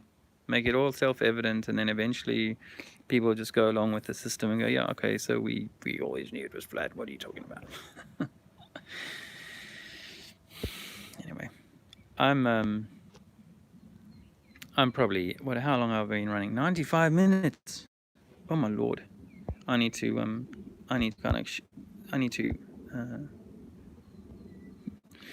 call it short there, or call time on it, because, well, one, I don't want to say everything that I can't just keep yabbering on. I'd prefer this to be a conversation. One day I'll work out how to get my hangout thing working, so that I can invite people for a group chat, and you can say rather than have to type, and you can say it at the same time as I'm thinking it, so I can converse with you rather than this rather staccato affair that we have going on here, my friends.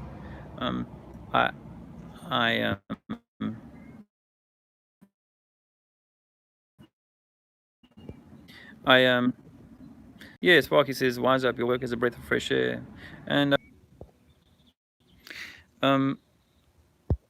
Sparky says, "The world is a stage. It's never been so prevalent and poignant." Yes. Okay. I think my phone is telling me. Yeah. Yeah. Andrew's just joining the conversation here. Someone said they liked having her viewpoints in the conversation. So you can say hello to my lovely wife quickly. Let me see if I can turn this camera around. There she is. Hello. Hello, darling. Hello. Hi, guys. So I'm back. Non-schooling says I'm a lucky man. I assume it's a reference to you, darling. And Sparky says hi. Yeah, I'm breaking up. Yeah, I hope I'm back. And sorry about that. Why is that? Non-schooling. Yeah, I'd love to have a chat with you, my friend, because non-schooling is obviously where we're taking Alexander. I mean, I don't know if that's quite what you mean with your YouTube name, but I could not stomach putting my child through 12 years or even 12 months, 12 days of this systems indoctrination.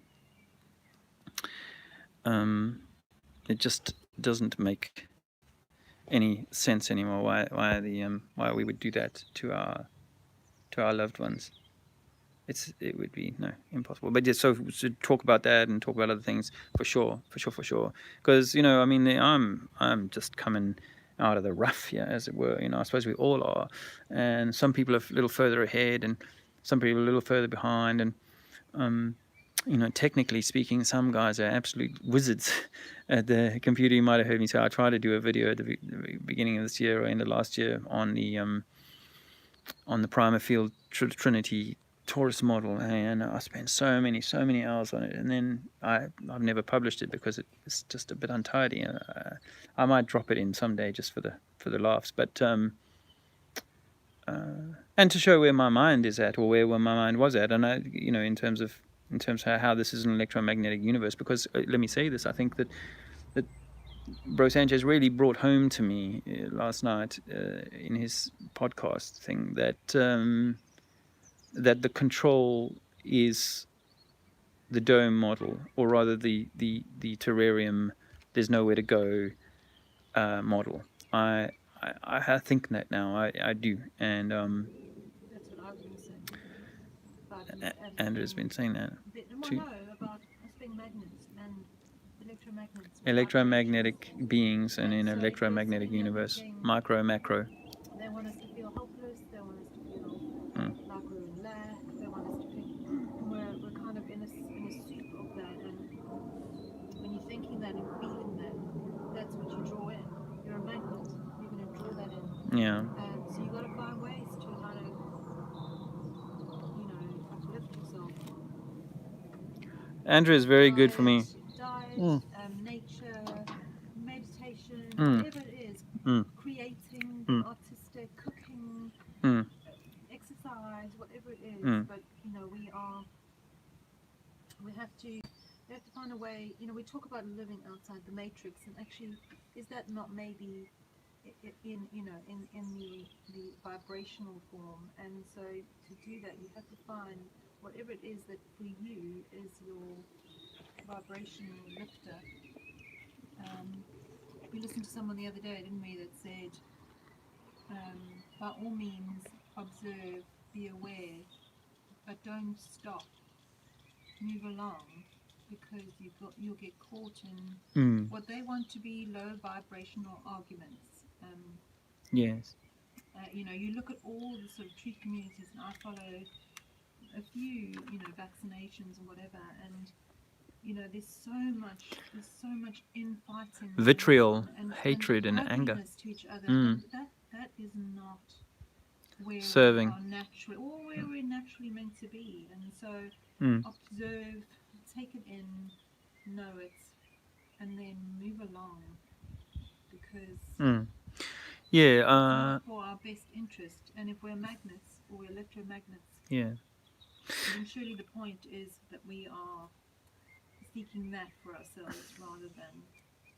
yeah, we magnetically attract, and that's why they want all this Trump toilet filler around us, because they want us to attract that stuff into us, and we see it and we are drawn to it because we're so angry by it, or we're so vexed by it, and that it's hurting other people that we care about. And that feeling of helplessness. I think there's nothing worse than feeling helpless, feeling like we can do nothing about it. And actually, I think we can. Individually, we can. I'm not saying that we have to all think certain thoughts and then that will create the change. I mean, who knows? Maybe that is the case, but certainly on an individual level, you have to be the change, and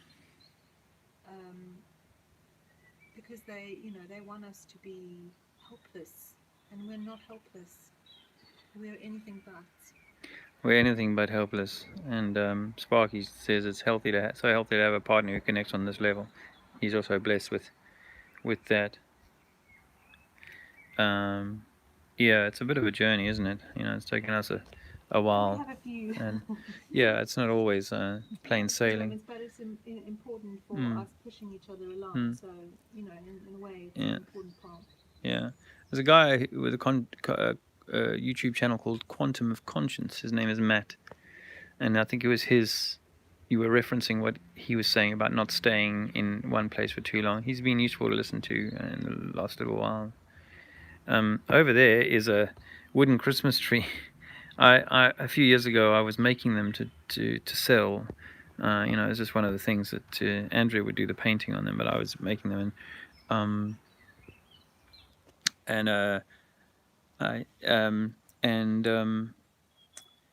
I just thought I'd explain, why that was, because some lady we ran into the other day said, "Oh, do you have any?" And I got a garage with quite a few in, because I didn't sell any this last year. I just couldn't bring myself to selling them.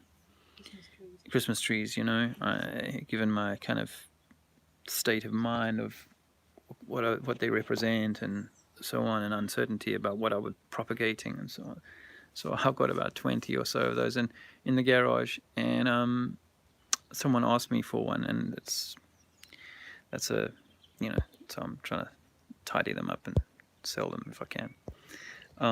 We're selling one. Selling one. Because I'm not sure we'll get many people buying them at this time of the year. Thank you, Gracie. Happy birthday to the little cherub. I assume you're referring to Alexander's birthday tomorrow. 2 years old. We're not making a huge deal about it, Birthdays apparently can age us if we. Yes, but he has brought blessings. He is a blessing indeed. Sorry about the bad signal, guys. And so on. Ricardo says, I don't watch the news anymore. The only time I see the news is if a big event occurs and it catches the YouTube thing, and then I might go and have a look at what the news said about it. But no, it's all propaganda, and it's all designed to, again, attract negative energy to us. We are these beautiful, positive lights, and we should be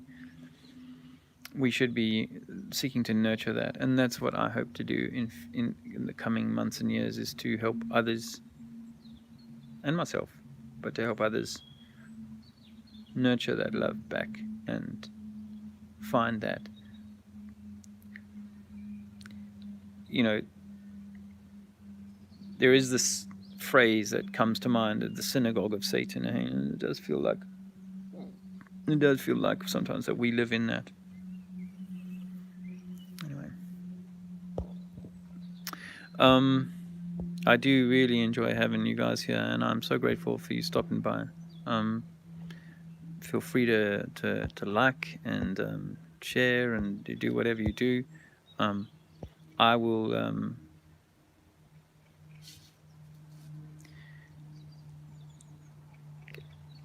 Before I go,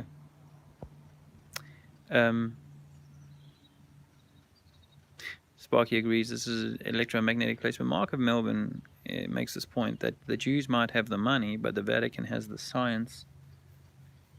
Yeah, they do. Hey, they're the biggest investors in telescopes, apparently. But did anyone see that ODD thing that came out yesterday? There was an ODD video that came out yesterday, and it's only 20 minutes long or something, and it was nice to see something from ODD. Hadn't seen him around for a while. So I watched it, and it was very much, it was called All Roads Lead to Rome, I think. And, you know, we've always said that, you know, but, you know, then there's others who will say, well, it's all the Jews. And they control it because, you know, they're the older Abrahamic faith.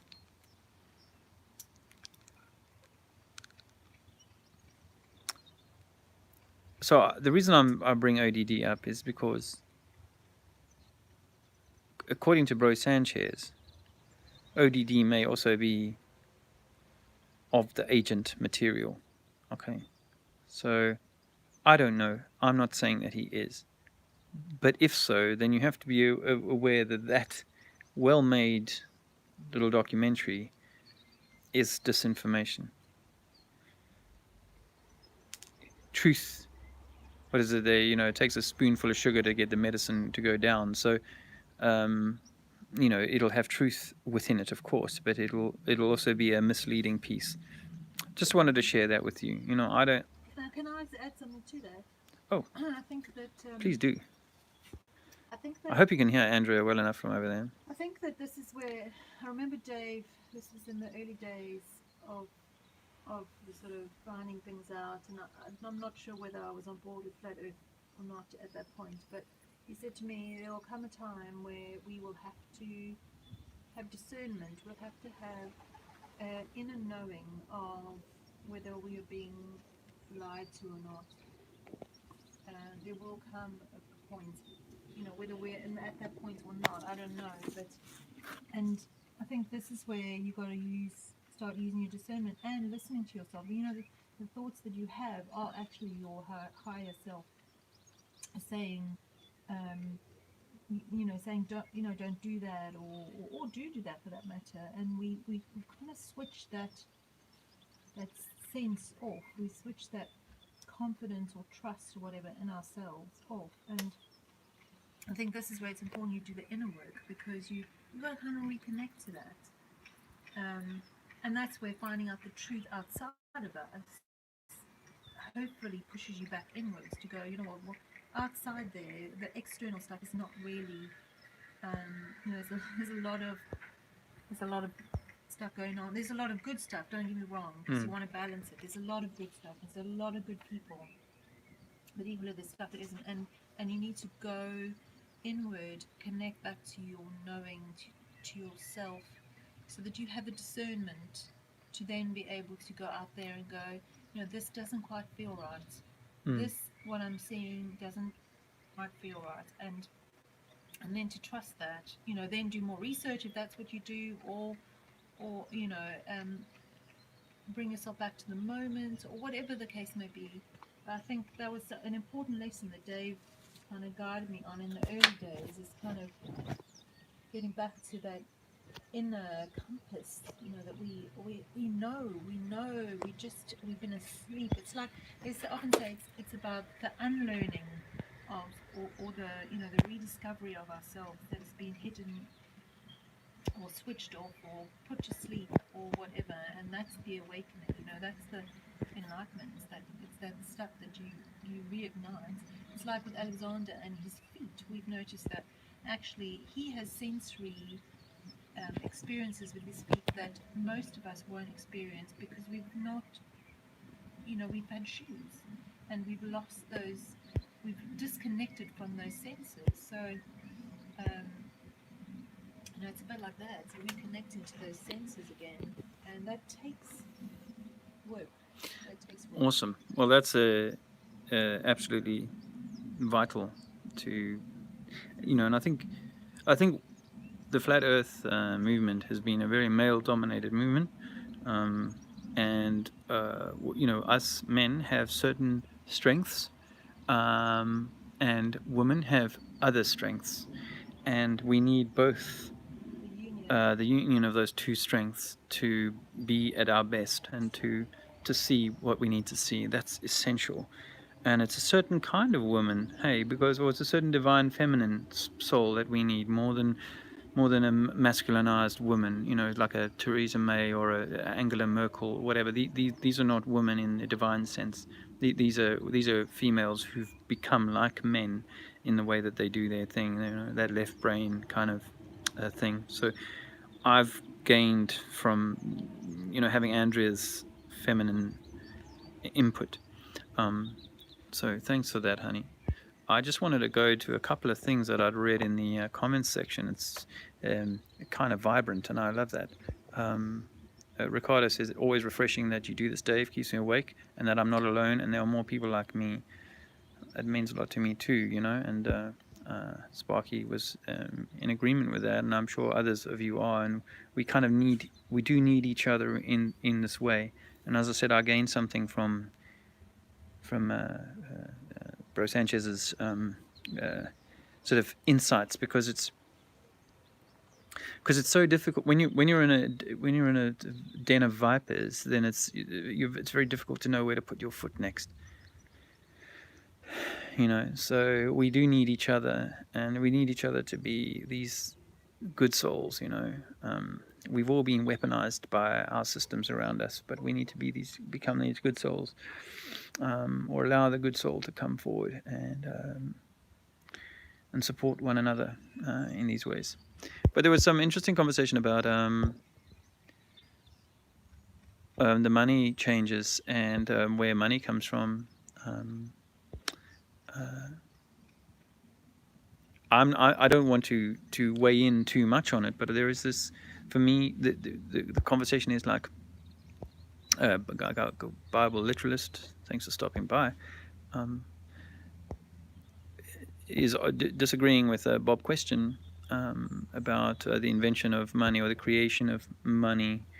We know that the usury is certainly something that the system has exploited, and it's not meant to. We're not meant to be charged any interest. But of course, the church is behind the control, and we know that banking is, and the finance is, a major plank of control. I think someone was saying, Jesus was against the money changes. There needs to be a means of exchanging energy, for sure, and maybe a coin is a good way, or a better way in some respects. However, the coin was bastardized. I don't know if I'm just repeating something that I heard from Mark of Melbourne this morning. I was awake at 3, and but about how the silver was taken out of the coin, so it's actually not really worth anything at all. So you're not, so that means you can just, when it doesn't cost you anything to print a coin, then you can print as many coins as you like, and you can just fiddle with things. But so it has no intrinsic value other than the value that people believe that it has, and that's our entire system is now built on this sort of belief that money has a certain intrinsic value when it actually has none whatsoever. Same with Bitcoin, by the way. some people say the decentralization, blockchain, and so on is exactly what we need. But I think a little bit like Napster and these other sorts of things like Facebook. Oh, Facebook is just simply like a great way of people. No, it's not. It's it's a CIA operation to get your information and to mess with society in a very powerful way.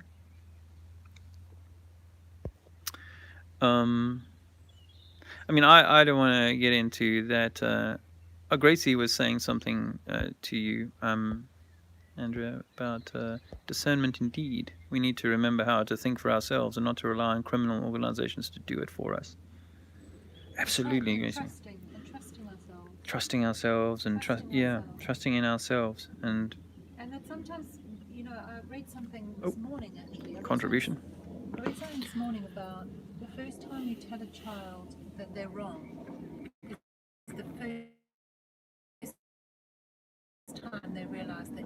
And Dave and I are very aware of this. We've noticed when we do it, and you're doing it through your own filters, aren't you?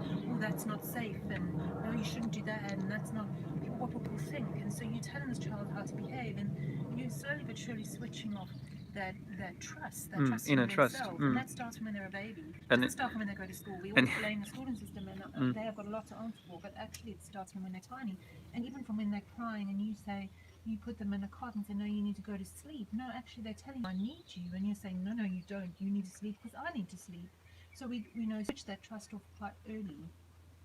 So it's about rediscovering that, reconnecting to that, believing that we have the answers in us, or we know the answers, or that we can trust ourselves. It starts from young. And then, of course, once the parents have done their job, then they go and get told that the earth is spinning and you can't feel it, and you're upside down and you can't sense it. So, we absolutely, Gracie, lose faith in ourselves and in our own innate power. The good news that it's still there. It's just got to be rediscovered. It's just got to be. Well, you got to give it the time and yeah. Hey, 007. Into the external stuff. Yeah. Can we get a boat out to your island, 007? I don't think we'll be allowed to go on the plane. We just have to sneak on a boat somehow. Come and hang out. You won't be allowed on the plane. That's just talking. Yeah, I mean, Voynich was saying about nothing wrong with money, really. Yeah, I mean, you see, it's problem is that it's this system benefits those who get the money earliest in the pipeline, and I guess as a means of barter or exchange or something. Then but there are some fundamental flaws in the system, and that is that I think I heard someone say this so well the other day, was that, and maybe it was Matt, quantum conscious, but like if there was 100 coins of money in existence, right? And they did it with the Easter egg hunt. If there were 100 Easter eggs, and the classroom of 20 children was to go out and find those Easter eggs, then on average each child would come back with 2.5 Easter eggs or 3 Easter eggs or whatever, right? Did I do the maths right? No, of course I didn't. 5 Easter eggs, right? There's 20 kids, 100. But the problem we have here is that 2 of the children turn back up, to the class, and they've each got 40 eggs between, 80 eggs in total between them, and the remainder of the class, the 18 remaining children, are squabbling over the other 20. So not even all of them can get an egg. Some might have 2 or 3 eggs. The lucky few might have got 2 or 3 eggs, but many would have got no egg or had to share an egg. And that would make you think, shit, how did those 2 children find 40 eggs each? Was their father the janitor, or their uncle was the guy who's the teacher or something like that? How did they get 40 eggs? Because in a sane world, then we would all kind of have a fair crack And while some might get 6 or 7 eggs, and some might sort of lazily sit in the tree and only be happy with finding 2 or 3 eggs, you wouldn't have a situation where, you know, the majority had to squabble over just a handful of eggs. And I think this is the problem of the system, is that it's allowed certain interests to garner the majority of the eggs long before you were even invited to the classroom to go and hunt for eggs. So there's very little chance that you and I will find an egg. There is another school of thought, though, that again, you know,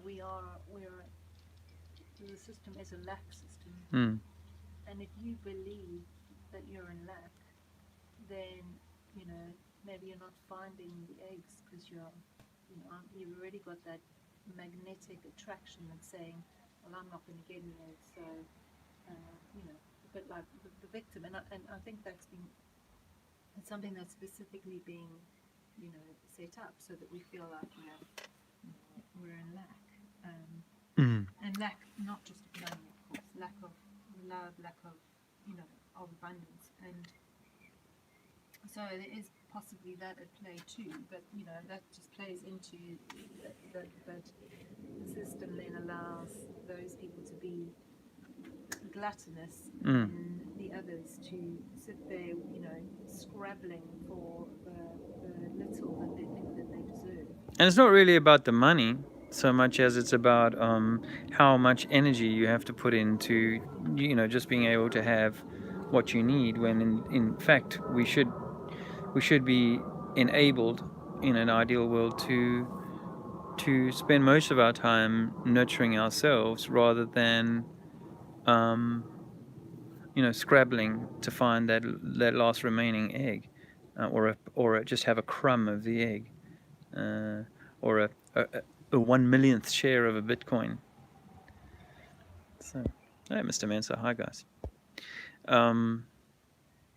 Sparky says Matt, he's talking about quantum of conscience, as a good guy and a deep thinker. Yeah, I think so. I that's why I mentioned him. I think he's probably worth subscribing to if you haven't already. Quantum of Conscience. He's a... Is that yeah. the one that did the video with you? No, I don't think so. Oh, no, that... I should give him a shout out. He's also a very thoughtful guy. Damn, I need to look him up. I'll tell you what it is. There's a guy... He saved his video. There's a guy who did a video. It only included me shouting in Hyde Park. It was an excerpt of the Guardian thing, of me going, have you seen that thing? I only watched it once. I was too embarrassed to watch it again. But there was the Guardian newspaper thing. When I looked at it the other day, it had 375,000 views.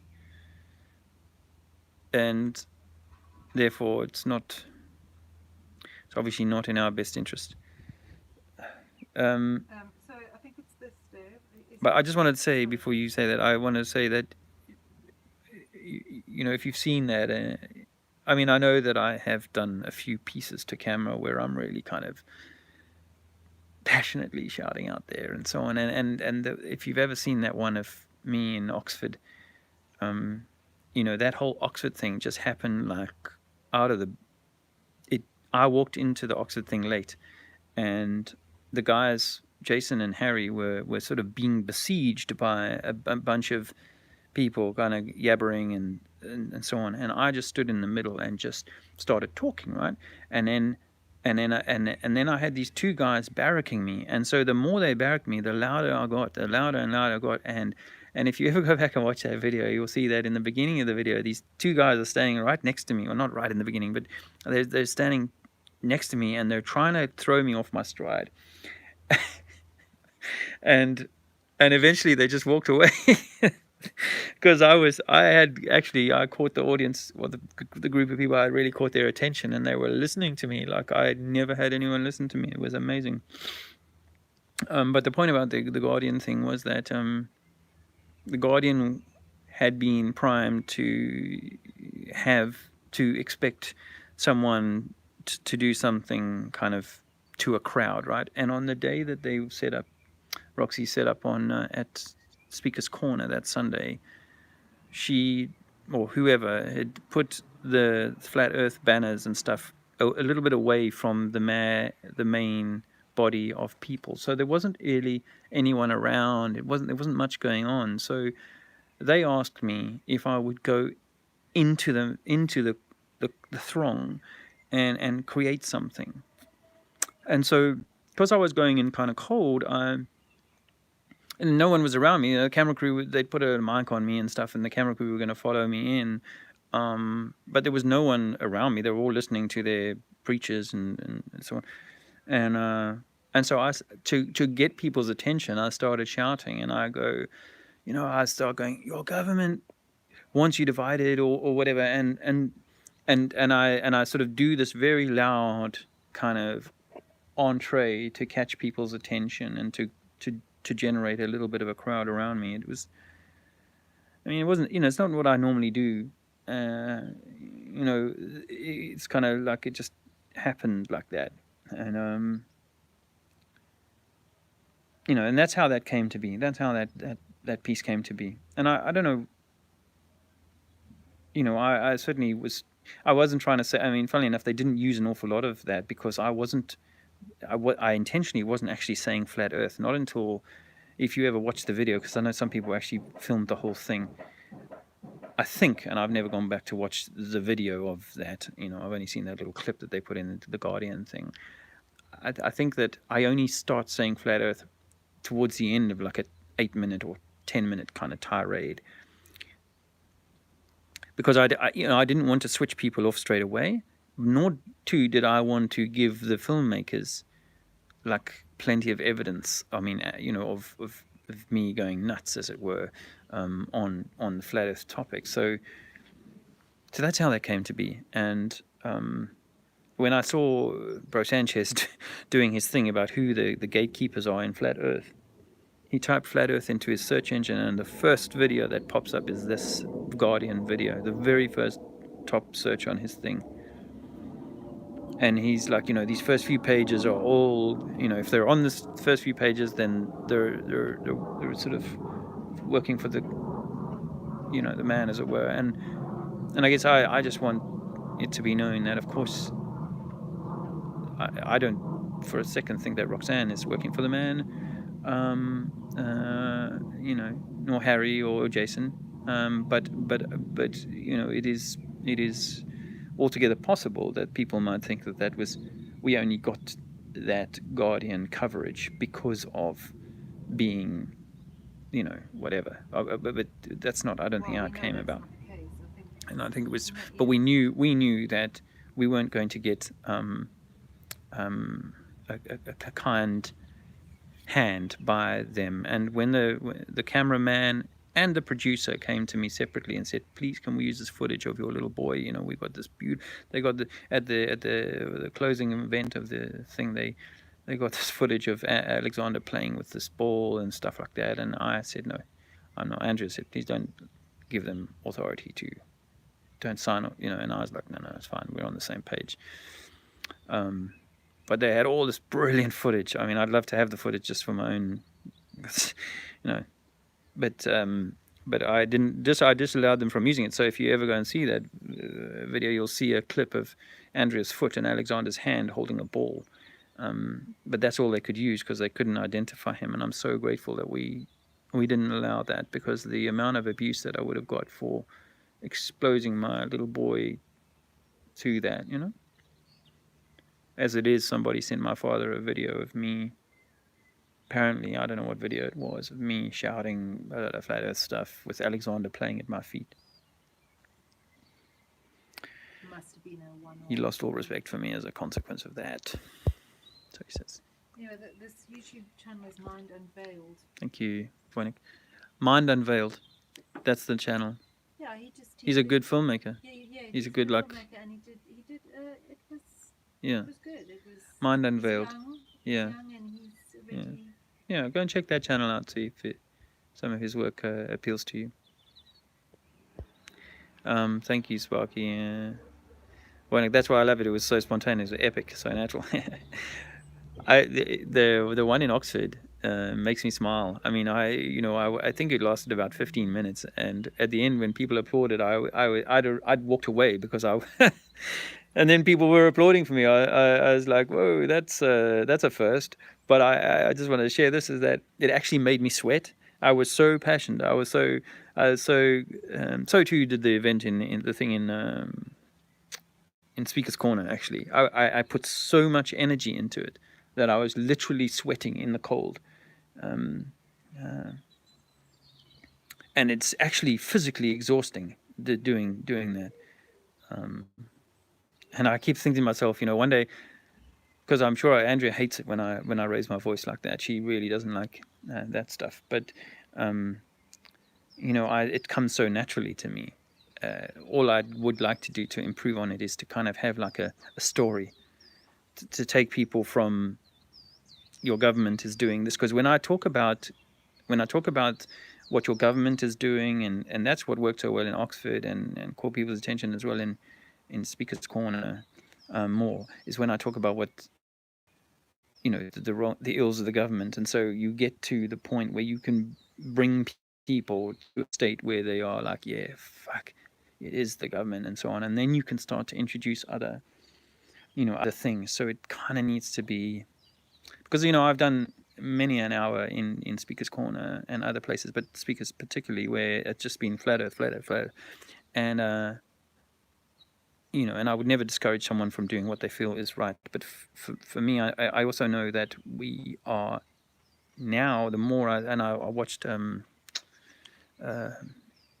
Josh, Authentic Intent. He put a video up from the weekend where I see people, and I see it, in my own experience, where people are becoming more and more acutely aware of flat Earth, but for the majority of them, if they're going to come and stop, it's because they already are angry at the idiocracy, the stupidity of people thinking in 2019 that the Earth is flat. So I see that coming more and more. That part of the sort of part of the intention of the flat earth movement that would have people think that we're on a plate floating through space still and rising at 9 meters a second, etc., part of that is to leave it in ridicule, to leave it in a place where people can come and say stupid things and call you, shout at you. Sometimes when you see a piece to the camera that I've done where I'm kind of like, my pressure is raised and stuff like that, it's because people are shouting at me, you're an idiot, you're fucking this and that. And Andrea's, when she's been around, she's like, Dave, you've got to see the faces they pull at you, as they walk past and so on, and how, the ridicule that comes at you. So it's hard not to kind of react to that. It's hard not to be emotionally triggered by that. You've got to put, you can't be. Andrea has a view. You can't be flooding out your energy today. I mean, that's why, I've tried to say today, there's got to be a different way of communicating this, because you want to use your energy, you want to direct your energy into the right way, and by all means there's passionate about flat earth, but again it comes down to the don't just get stuck, observe, take it in, do whatever you need to do, feel the emotions. I think this is an important part. Was that ODD that said that at the conference? He was talking about, is it him? It said about emotion is motion. No, that was Daryl Marble. Well, you know what? Shout out to Daryl Marble for giving the activists a shout at the American Convention in 2018. But you got to kind of feel the emotion of it, and then hopefully that helps you propel you forward. Because if you're just, don't get me wrong, we've all got roles to play. We've all got to kind of do what we think is right, but we also need to be putting our energy in the right things, and most importantly ourselves. And Dave was wiped out after that tour, and never mind Harry and Jason. It takes so a toll on you, my friends. Yeah. And you know what? This is what I want to say on that. Is that whilst we want to be doing things to help humanity forward, we need to find that way of doing it such in love such in that we are not just like one of the religious groups in Speaker's Corner, for example, continuing to, stoke this division. Now, remember, this division of flat Earth, ball Earth was intended, and so the anger the vitriol that you feel from the people who think we're retarded, and who want to attack us, that I'm afraid is going to continue. So I don't have the answers. I'm just suggesting that we need to refine what we do and find that way. Refine what you do, but also, protect yourself. Have boundaries for yourself. What are you prepared to put your energy into, and equally, what are you prepared to allow people to take from you?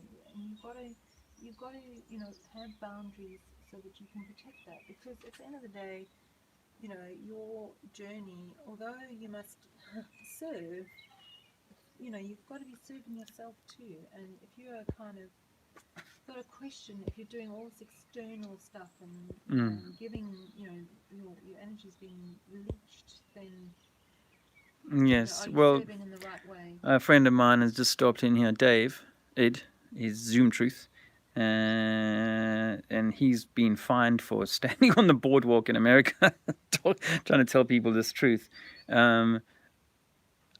I'd say that Josh, Authentic Intent, is trying to tone down his kind of rhetoric, because I think he can also, his emotion can kind of get the better of him, and he'll he'll have quite a strong exchange, and I understand that. Obviously, I understand that. And Dave, Zoom Truth, is another example of that, where we end up actually barracking these people, and don't they love it when they've got footage of us going la la la la la la la la la la. We actually fit. We totally sort of fit that stereotype of the tinfoil nutter. What they want us to, what they want the situation to look like. So, and of course it's only going to get more testing, because when I first went to Speaker's Corner, people did we hit people like out of the left field. They didn't know anything about flat Earth, man. They were like completely, this is alien to them. Now many people have heard of it, and certainly those people that are looking for answers have heard of it. And so it's a different conversation, and there are those people who are coming at you already with their little three, why don't you fall off the edge? Why this? Why that? Like all that sort of crap. And so we need to get smarter, cleverer, funnier. We need to hit them with a bit of humor, and find other ways of having this conversation without it being, you're dumb, you're this, you're that, blah, blah, blah. And seed planters are not that. Seed planters, good point. You don't have to water the plant and weed the plant and watch it grow. You plant the seed, and then yeah. And I actually, someone said something that I can't remember who it was, that I disagree with, and that was that that activism doesn't actually change anything. But I know for sure, my personal experience is that people have come back to me in Speaker's Corner and said, wow, that's made a huge difference, thank you very much. It's a low percentage, it's fair to say, but yeah.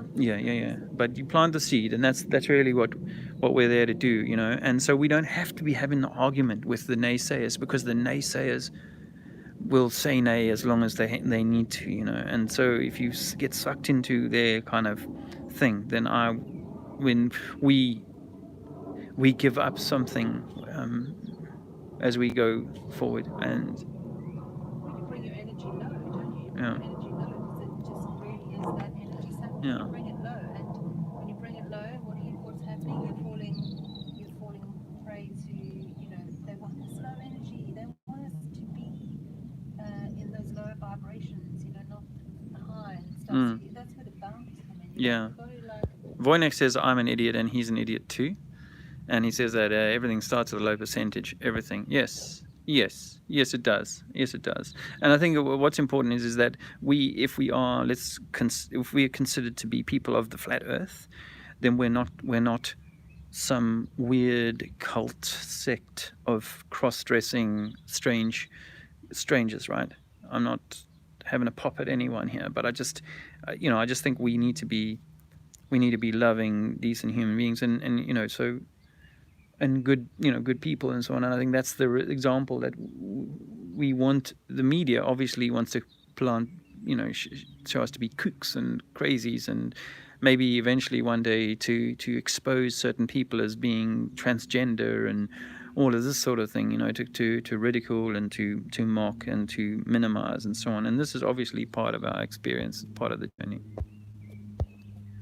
I'm amazed that I'm still here at 139 minutes with 30, but it was 33 a minute ago. It's 32 people listening, which is fantastic. Planting seeds, yes. It's certainly not a ball spinning through space. Nicholas, my friend, how are you doing? 007, you were gonna say, you said you got a video to make about the Mark Sargent thing.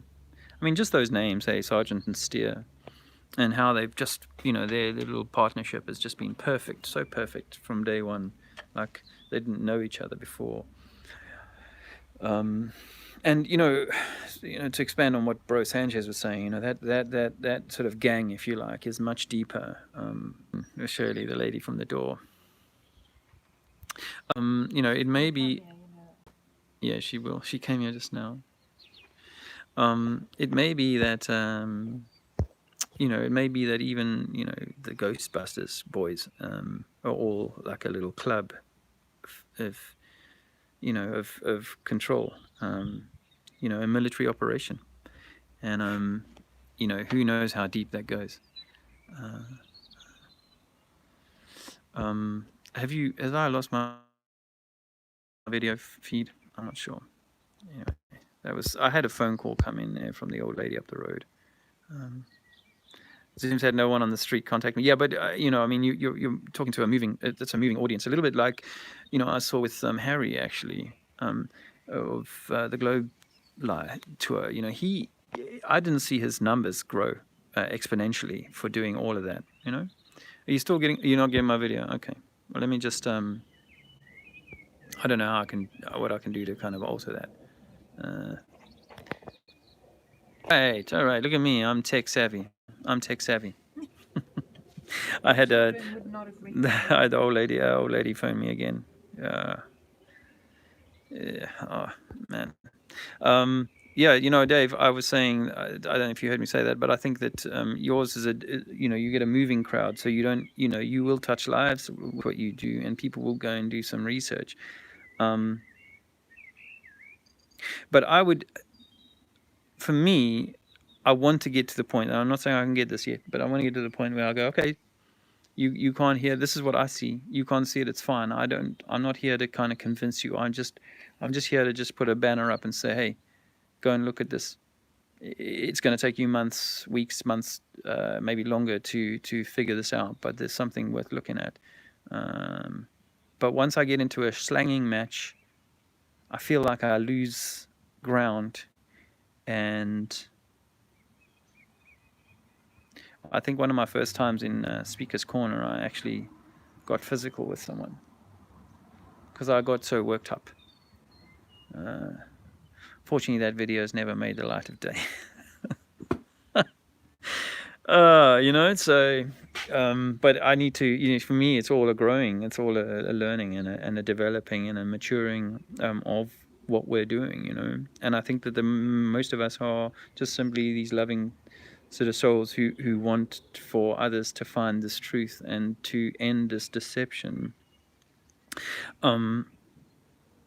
Do I have it as my ambition to overturn the system, like some of my friends here would like to build a posse perhaps and go and bang on some gates and stuff? I can't see that as being a sort of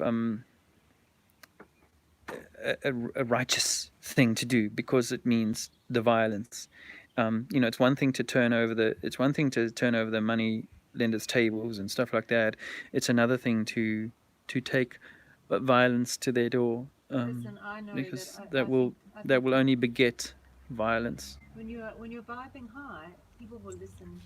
And remember, we all hold our own unique medicine in Mm, our vibration. So mm, we will be appealing to some people yeah, and not to others, and it doesn't matter. It yeah, doesn't matter. yeah. You don't Um, have to wake up the masses.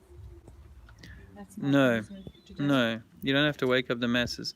You do not have to wake up the masses. We I think that's part of that might be part of the psyop is to make it seem like we must wake the masses. And I don't know that that's. I think that's our ego saying we must change it all today. I think that the Most High, our Creator, or the Creator of this, has a timeline and intention. And you know that saying they have in the Bible about the wheat and the tares? It is only now in this, although we might have been asking questions about certain people in flat earth, it's only now that people are starting to be more evident by the fruit that they bear. And so it's allowing, thank you, honey.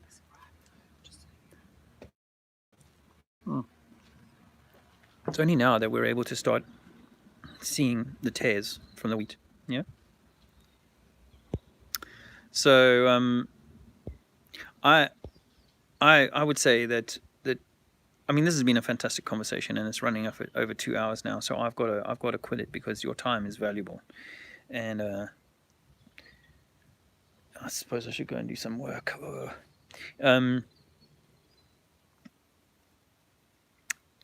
But we are in this together, and you're not alone.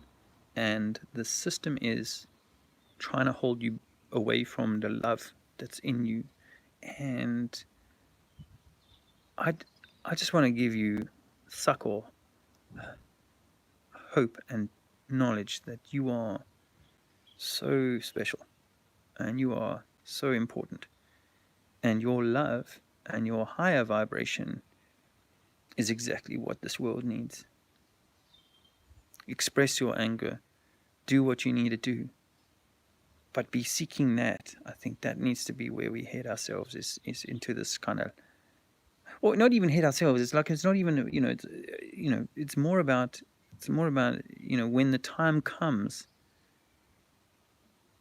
Where do we want to be? I was thinking the other day, like that other thing they used to say about if you pull an ugly face. Sometimes your mother might have said this: if you pull an ugly face and the wind changes direction, you will be stuck with that face forever. Well, imagine that's the way it is here. Imagine that if your heart is high vibing, in the higher chakras, you're kind of light and stuff rather than heavy and dense in the lower chakras, in the mud, in the Sodom and Gomorrah.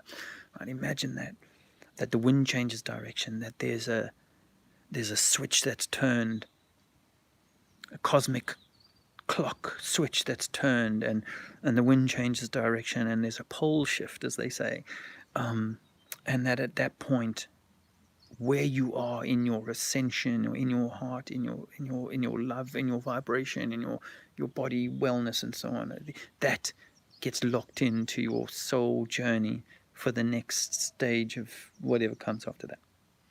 Think about that as a possibility. Then you realize that shit. If I wake up grumpy tomorrow, if I wake up, I may end up being grumpy for, you know what I mean?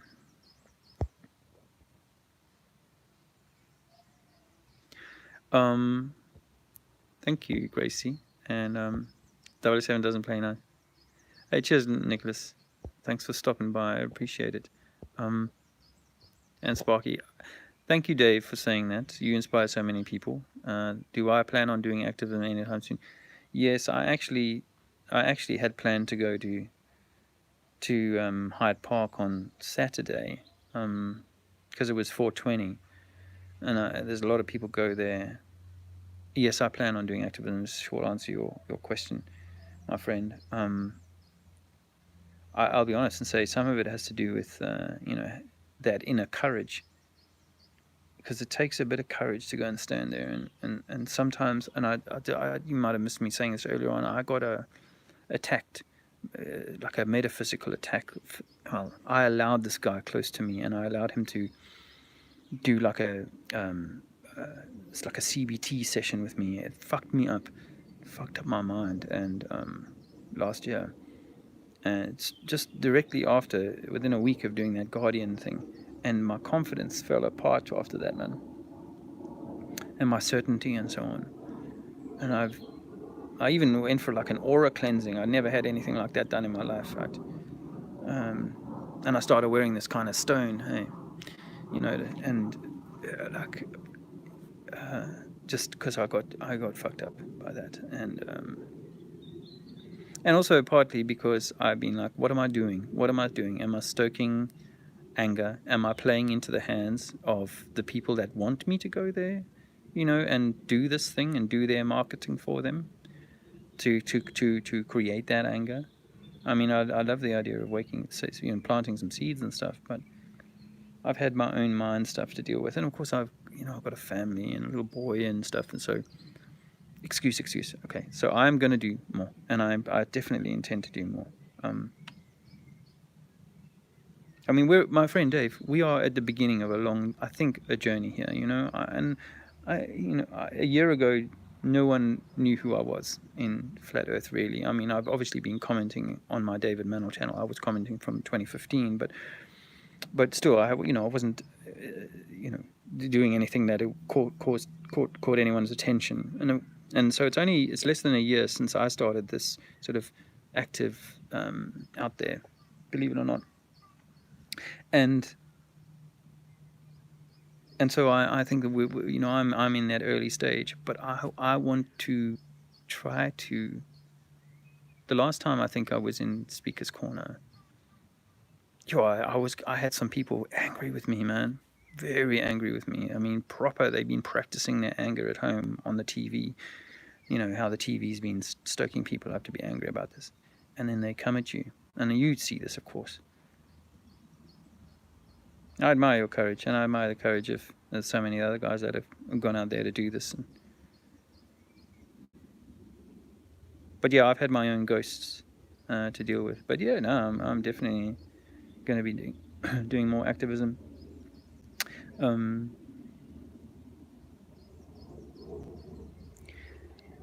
A year and a half ago, I spray painted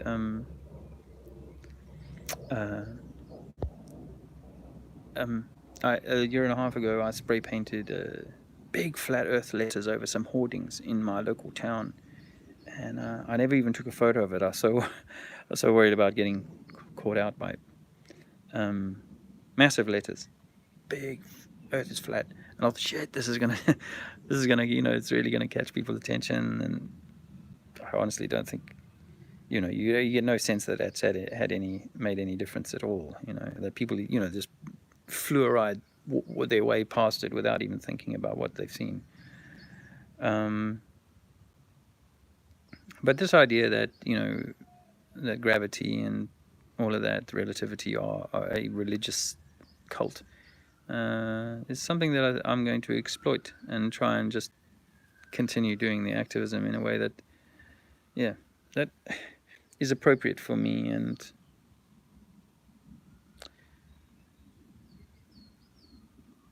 yeah, I'll do more for sure, my brother. That makes me laugh. Yeah. Hey, 007, if someone's given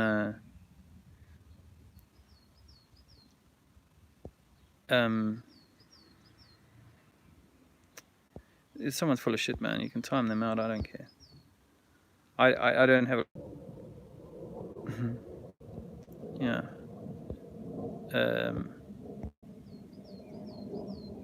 So yeah, you should walk away from angry people. Yeah. Thank you, brother. Dave says, thank you very much for saying that. And I almost feel like a sense of responsibility or duty to continue doing that. So if a Sunday passes and I haven't gone to Speaker's Corner,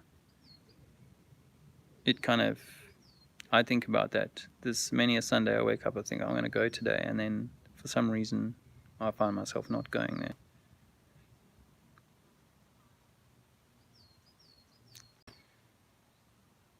It's easy to blame the lack of money, but it's probably to do with something else.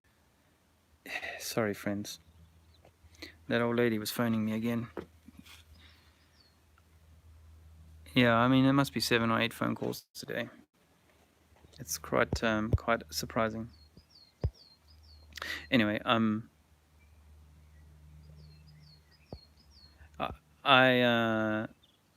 really, really grateful for this long chat, and I'm so happy for your participation. I'm grateful for that, and I'll look forward to doing it again.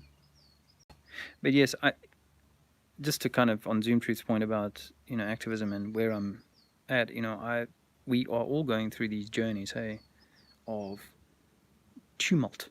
Our world has been thrown up into tumult and freaking old days. And it's a journey, indeed. And my landlord is expecting money from me. I'm overdue with my rent, and I weighs heavily on me that I'm on the verge of being, like eviction kind of proceedings and all of that to follow, and that really ekes away. Like this system is designed to rob you of your inner powers. Well, this is part of my journey. Other people have got other pressures and stresses and strains that have robbed them of their true self. And unfortunately, right now, I'm sort of living through one of those things. When it comes to that, I haven't answered the question of where do I move my family to next? How do I assure the income that I need to pay for something else? I don't even have the ability to put a deposit down, and I certainly wouldn't get a credit check score. So any agency is never going to take me on their books because I don't have a bank account. I can't prove. I can't. So I'm in a bit of a pickle when it comes to the primary. What are they? It's the Maslow's hierarchy of need, and right at the top of the hierarchy of need is your home and your security of home and food and that sort of thing, and that's really where I'm struggling a bit at the moment, to be sure about where I'm going next from here. And whilst I want to give of my time and to help people to move through this, as I've been describing over this last 2 hours, to help people, there is still that sort of 3D pull of you got to pay the rent, you got to pay the, so that's a big kicker for me. That's a big thing that holds me back. And I've sometimes thought over this last year, or certainly over this last 6 months, maybe felt like it's holding me back. It's keeping my voice really quiet, relatively speaking, because I would be doing much more, and I'd be much more vociferous and vocal were it not for that particular pressure. And so I think perhaps the universe, everything's like my weed getting stolen from me last year. Everything kind of seems to be happening for a reason, and so I'm like a week now since I've had a smoke, which is very rare for me. Because I was buying a bit, and now I can't even justify that because there's just not the money in the coffers to justify that. So I feel like the universe has been holding me down, holding me back, for now, because there is an element of patience that's required, because we voices who are where we are, I think we have an increasingly important role to play in the coming years, and that's why the Mark Sargents and the Steers and even the Globebusters and so on, these people or these organizations are putting themselves out front and center so that they are the ones that people go to. But eventually that will fail, because the tares will prove themselves, and the wheat will stand tall and be and that might be us. And if that's us, then we are at the moment getting ourselves in a good place to be that for our brothers and sisters of humanity. So I submit to you that I will continue to be a voice, but I'm just allowing the natural flow of things to dictate how and where that kind of takes place. Yeah.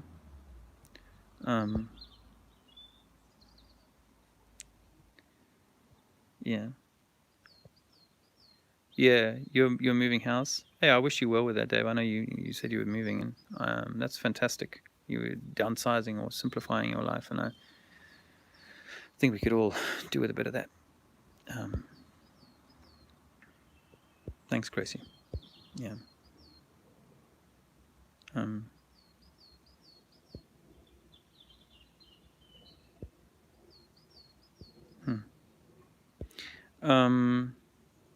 That's all right, Dave.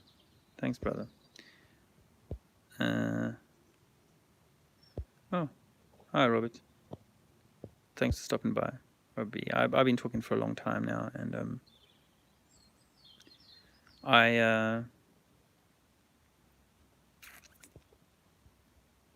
oh, you weren't watching one of mine, it was 007. Okay. Yeah, well, okay. I'm gonna call it quits there, guys. I hope you have a super day, and I look forward to talking to you again soon. This is all about love. I know we're angry, and I know we've got to work through some of that stuff, and I know we've been shortchanged in a big way. But there's good things coming, and all they're trying to do is delay that. So raise yourself up, because one day the wind is going to change direction, and then you need to have your heart in a good place. Yeah. Yeah, take it easy there, 00. There's no need to get... I mean, look, we'll work it all out, okay? We'll work it out. We're meant to be in this together and friends, and